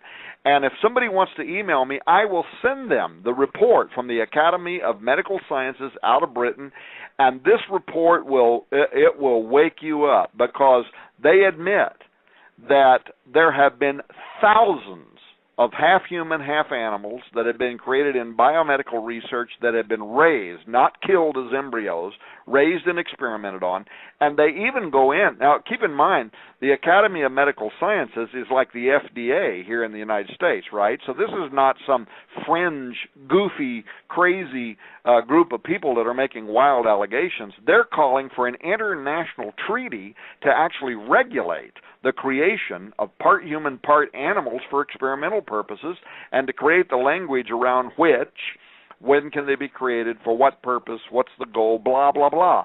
Well, here's 3 excerpts from the introduction to their report. Number 1, and this is the creatures that they're saying have been created, are being created, are going to be created. Get this. Number 1, extensive modification of the brain of an animal by implantation of human-derived cells. I'm quoting. Which might result in altered cognitive capacity approaching human consciousness or sentience, human-like behavioral capabilities. Number 2, situations where functional human gametes, we're talking here about eggs and sperm, might develop from precursor cell types in the animal, and where, listen, Steve, where fertilization between human and animal gametes might then occur, the fusing of human and animal reproductive cells. So now we're talking about the creation of a species that can actually procreate with humans. And thirdly, cellular or genetic modification that could result in animals with aspects of human-like appearance, skin type, limb or facial structure, characteristics such as speech, end quote. Those are direct quotes out of the Academy of Medical Sciences published just in July.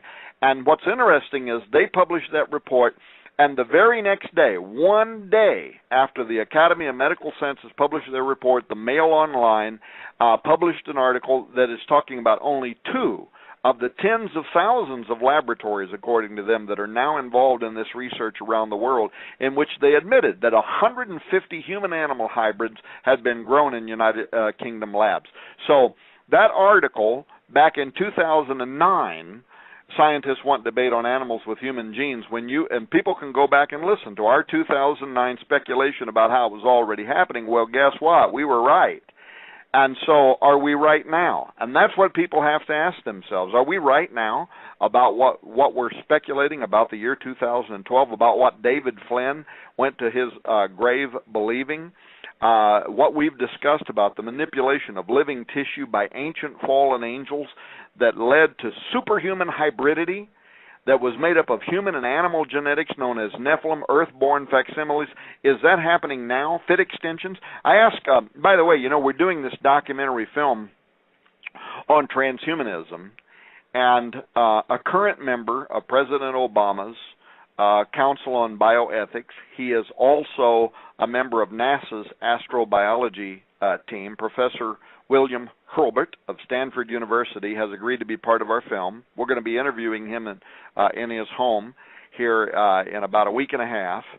And one of the questions that I've asked him is, does a human-animal hybrid, does it have a soul? Now that we know, according to the Academy of Medical Sciences out of Britain, that these splice-like creatures are being grown and raised, are being experimented on, and of course, this year's DARPA's operational budget has millions of dollars in it for editing the DNA of our soldiers on the battlefield. People that are listening to the show may have seen recent news articles where they're talking about bulletproof skin.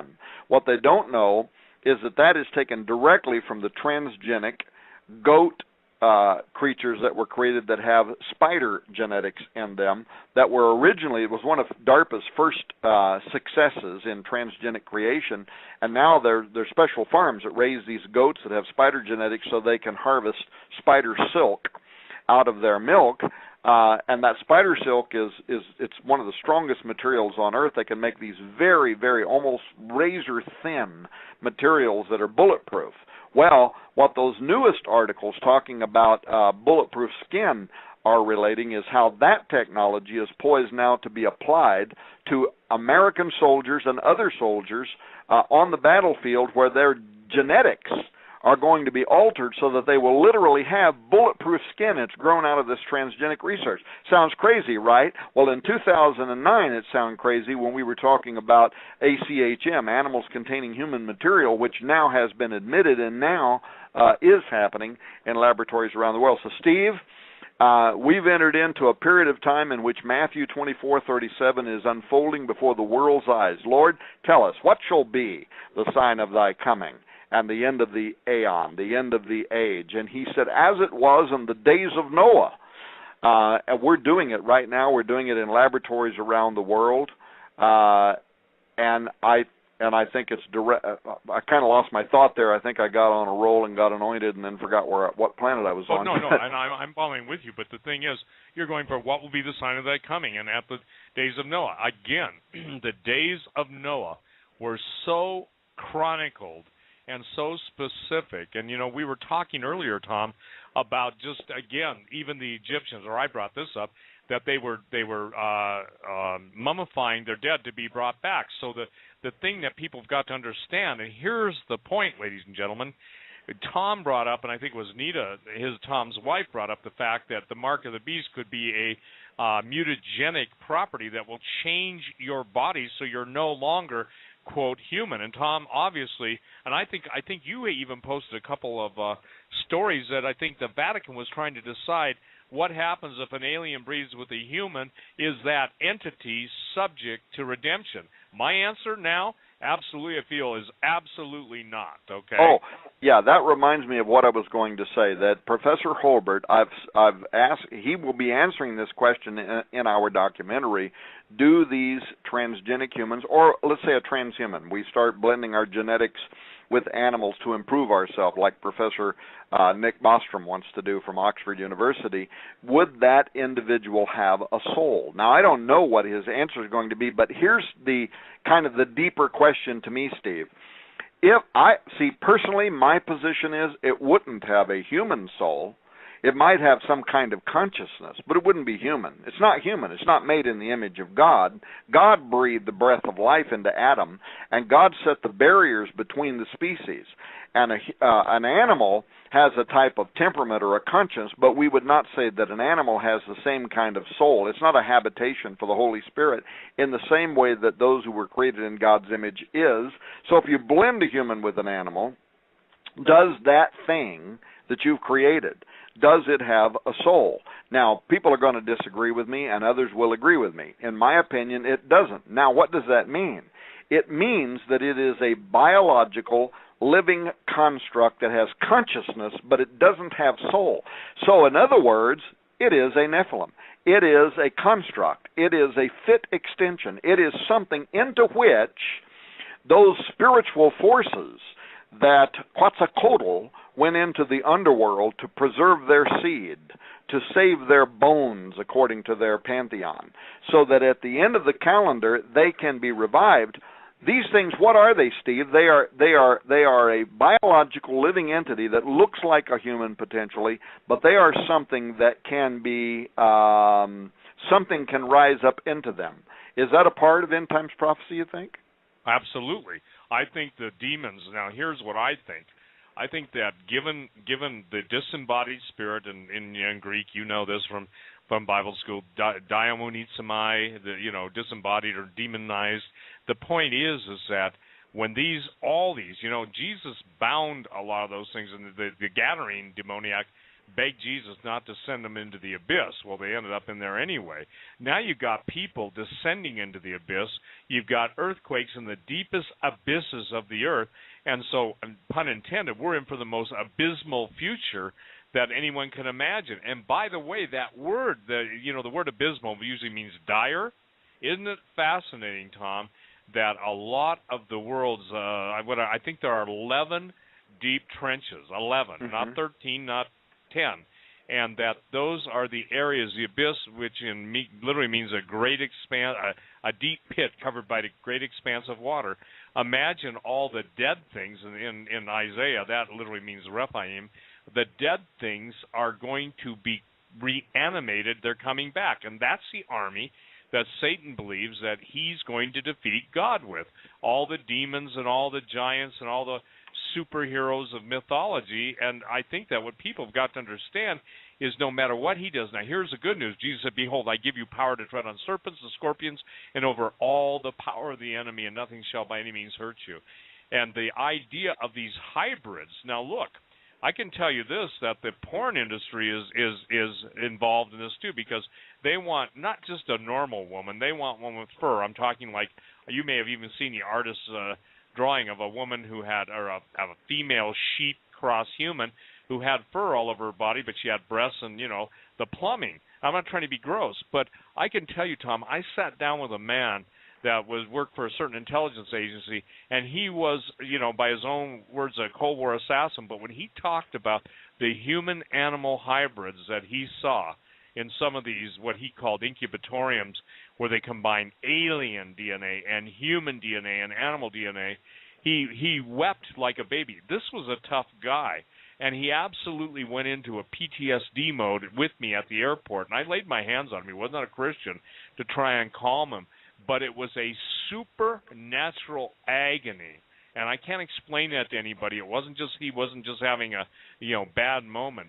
And when he came and composed himself, he would start to explain this stuff, and it was just like as something would take over his body. I think obviously he was demonized, but there was such a sorrow. And when I say that, whatever was, and I'm not saying he was all human either, and I'm not telling these as ghost stories, but I'm just telling you that the bottom line is this stuff exists, and that's the same thing Phil Schneider talked about. I was with a certain person. I got to be very vague. Last week we were praying for a certain person for about 5 hours, to get some freedom and get baptized in the Holy Ghost and everything. And the person told me, who's a minister, that they're counseling a man that was involved in a deep underground base who was having, and I'm not kidding you now, how is this for timing? He was having sex with a woman who had a tail. And do you know that when he explained it to the person who told me that, it was just like the creature out of Splice. Wow. And he had the bona fides to prove, and I'm not going to go into detail, but where he had been, and he was terrified. Now listen to this. He produced an offspring, okay? And this is not ghost stories. People thought you and I were crazy. We'll probably get the people that still think we're crazy.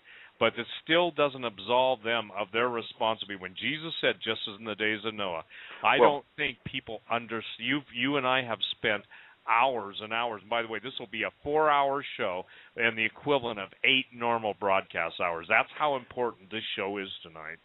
Well, and if those people think we are crazy, feel free to email me. I will send you the Academy of Medical Sciences out of Britain, the equivalent of the United States Food and Drug Administration.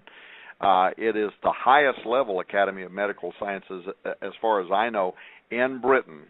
And I will send you their report, Animals Containing Human Material. It was published just in July. If Steve and I are crazy, they're crazy too, because they are the ones right now who are saying this technology is there, it's happening around the world, and creatures that are part human and part animal are being created where cross-species procreation can and is occurring. So, I know it's incredible, right? We don't want to believe it. We want to believe that it has to be, surely. It has to be all speculation, and yet you look back through the research David Flynn has done, you've done, you look at Secret Life, first-hand documented accounts of UFO abductions by Professor David Jacobs, remember him, of Temple University? Absolutely. And all of the research that he did, in which he came in as a non-believer. He thought it was all a psychology. He left it saying, there is something that is going on. The ability for humans to recreate themselves, the aliens are using that ability. They want human sperm. They want eggs. That's what he concludes. Professor Jacobs, Temple University, he's combining scientific investigatory methods to analyze the accounts of all these different abductees who were claiming various things, and he comes out of it saying something is happening. It's corroborated. There is an abduction phenomenon. It's being carried out. It is a breeding program. It is resulting in the creation, he said, of alien-human hybrid offspring.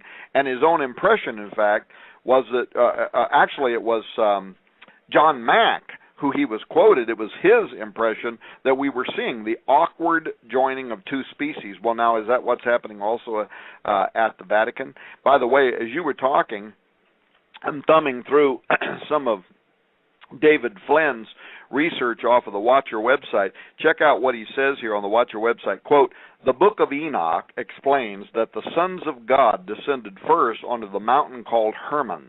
The rebel angels intended to thwart God's plan for the earth by destroying the descendants of Adam. Satan's goal in organizing the Nephilim human hybridization program was to pollute the bloodline that would produce Jesus Christ, the Messiah, the kinsman redeemer. But now that it is so close to the end time, Satan has orchestrated human rebel angel interaction on a grand scale. The plan is now to prevent any flesh from being saved by manipulating human genetics, whether through the guise of alien abduction or by supplying willing mortal accomplices with the proper technology. There is currently being created humanoid hybrids who are not quite human. The second wave of hybrid Nephilim creation is Satan's last effort to destroy all of the sons of Adam so that none can be redeemed when Jesus Christ returns at the end of the age, end quote. So here, again, are we talking about a guy that was so far ahead of his time? No wonder the Lord took him up into heaven. He wanted to visit with him about some of this stuff. And I believe that with all my heart. And, you know, I know it's tough, and boy, my heart. And you know what's interesting? I think of him, but I don't think of him as gone. I think of him just as there, you know? Mm-hmm. Well, anyway. Well, I don't know where that music is coming from. You're hearing music? Are you there? Yes. Are you there? Yeah, I'm there. That just...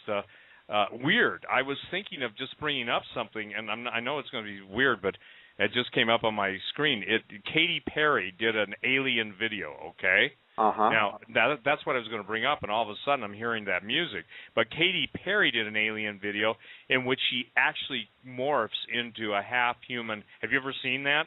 Yes, it's weird and spooky and demonic. But it's weird, spooky, and demonic. But understand, here's the critical thing. You can go on YouTube, and she talks about selling her soul to the devil, okay?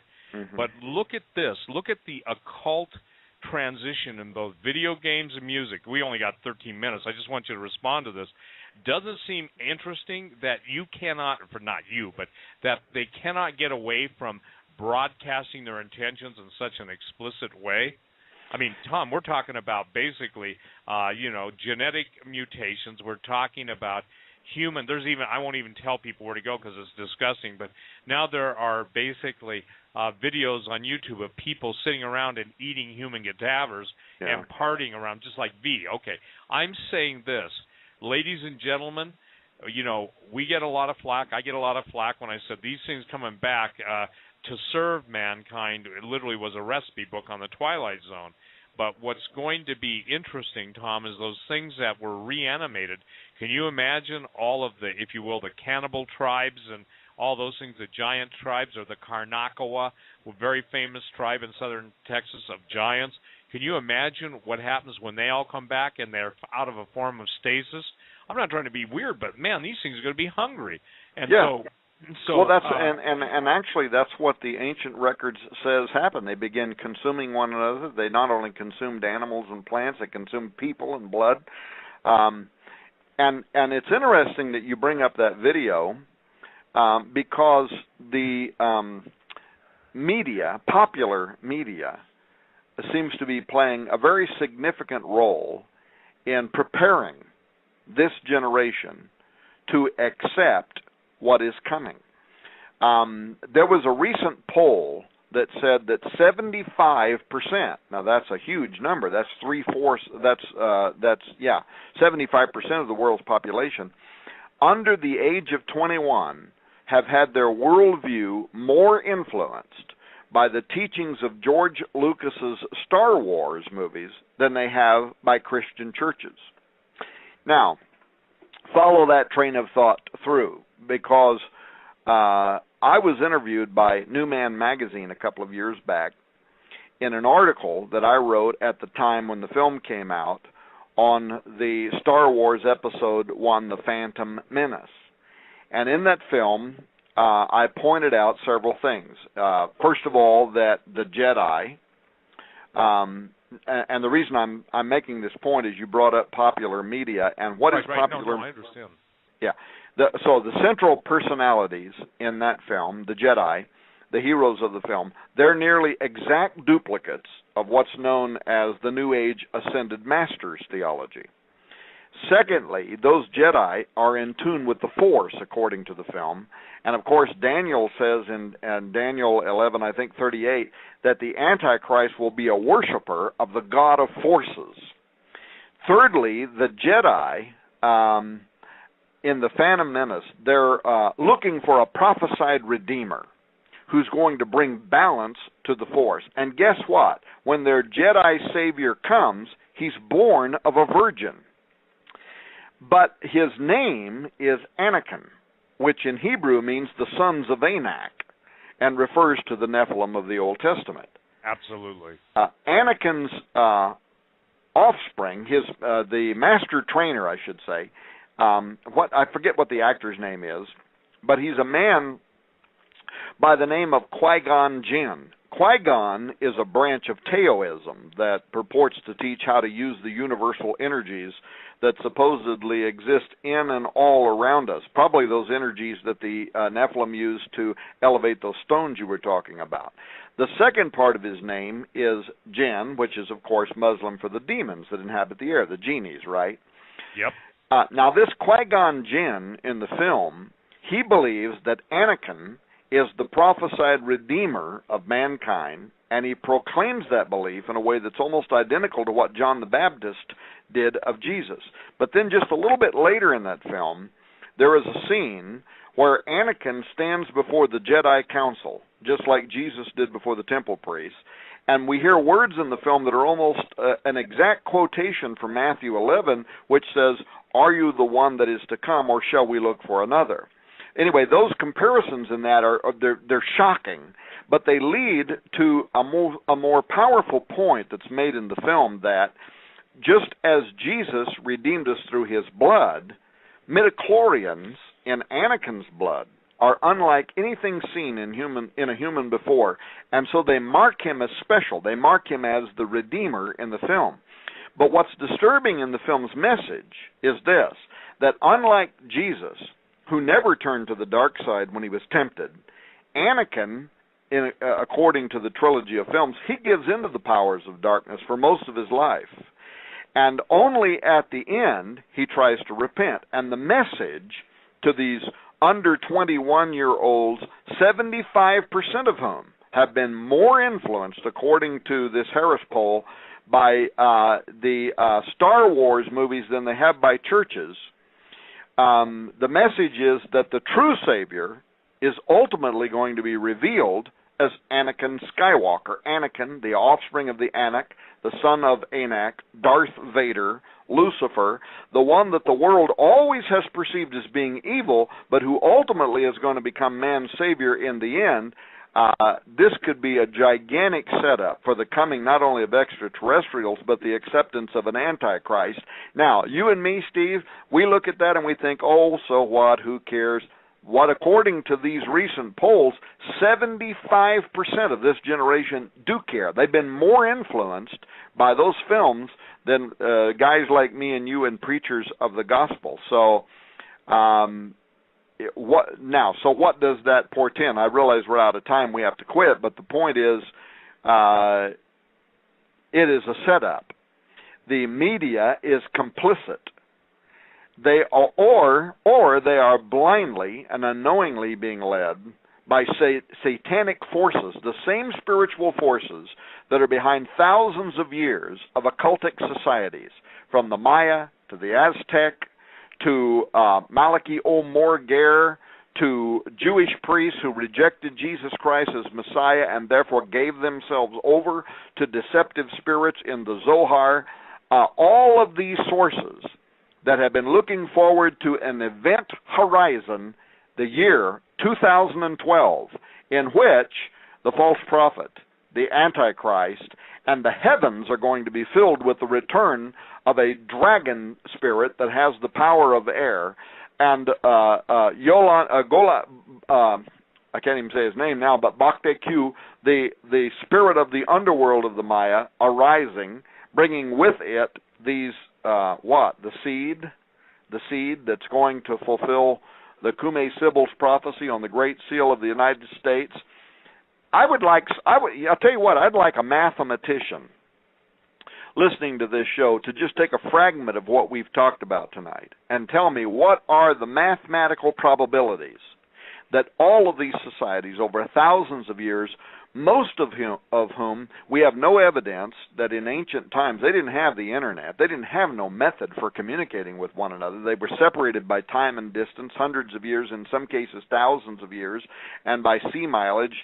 No records that they met one another and shared their stories. What is the mathematical probability that all these societies, that this confluence, this concatenation of events is unfolding, and now Petrus Romanus, the final prophecy on a 900-year-old Catholic prophecy telling us that the false prophet is going to arise in the year 2012 and help give rise to the Antichrist, who the Jews in the Zohar say would arrive in September of 2012. Note that that's just before the election here in the United States.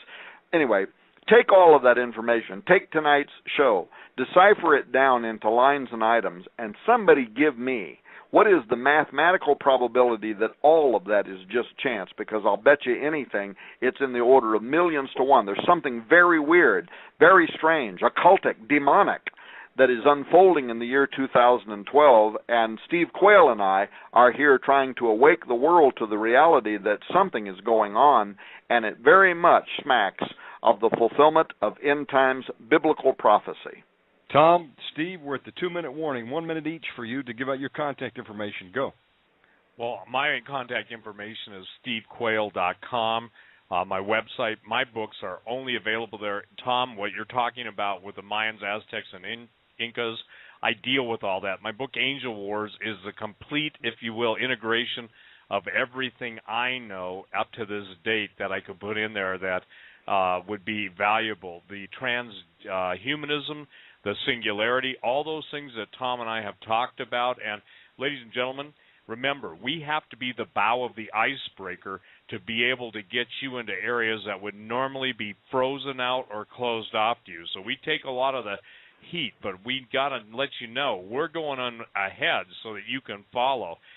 And we're bringing you into the promises of the living God, His presence, His protection, His purpose, His plan, and ultimately His praise, that we might enjoy God forever, love Him, praise Him, and worship Him. And again, my website is Steve Quayle, SteveQuayle.com. Tom, thank you so much. Tom, hey, and on Steve Quayle's website, you'll see an ad there that says get a library for free. Click on that. You can go there. You can read all about how on Tuesday, April the 24th, we are going to be giving a fantastic library. It's going to have the Jesuit Codex book we talked about tonight. It's going to have lectures on the Revelation from hundreds of years ago, numerous other libraries, but you can get it from Steve Quayle. You can click on the ad there at his website. Your website, RaiderNewsUpdate.com. Yeah, RaidersNewsUpdate.com. Thank you, Tom. Thank you, Steve, for coming on tonight. This is episode 622. It'll be up in the archives in about 10 minutes. Go to SteveQuayle.com and RaidersNewsUpdate.com. Get a copy of Petrus Romanus.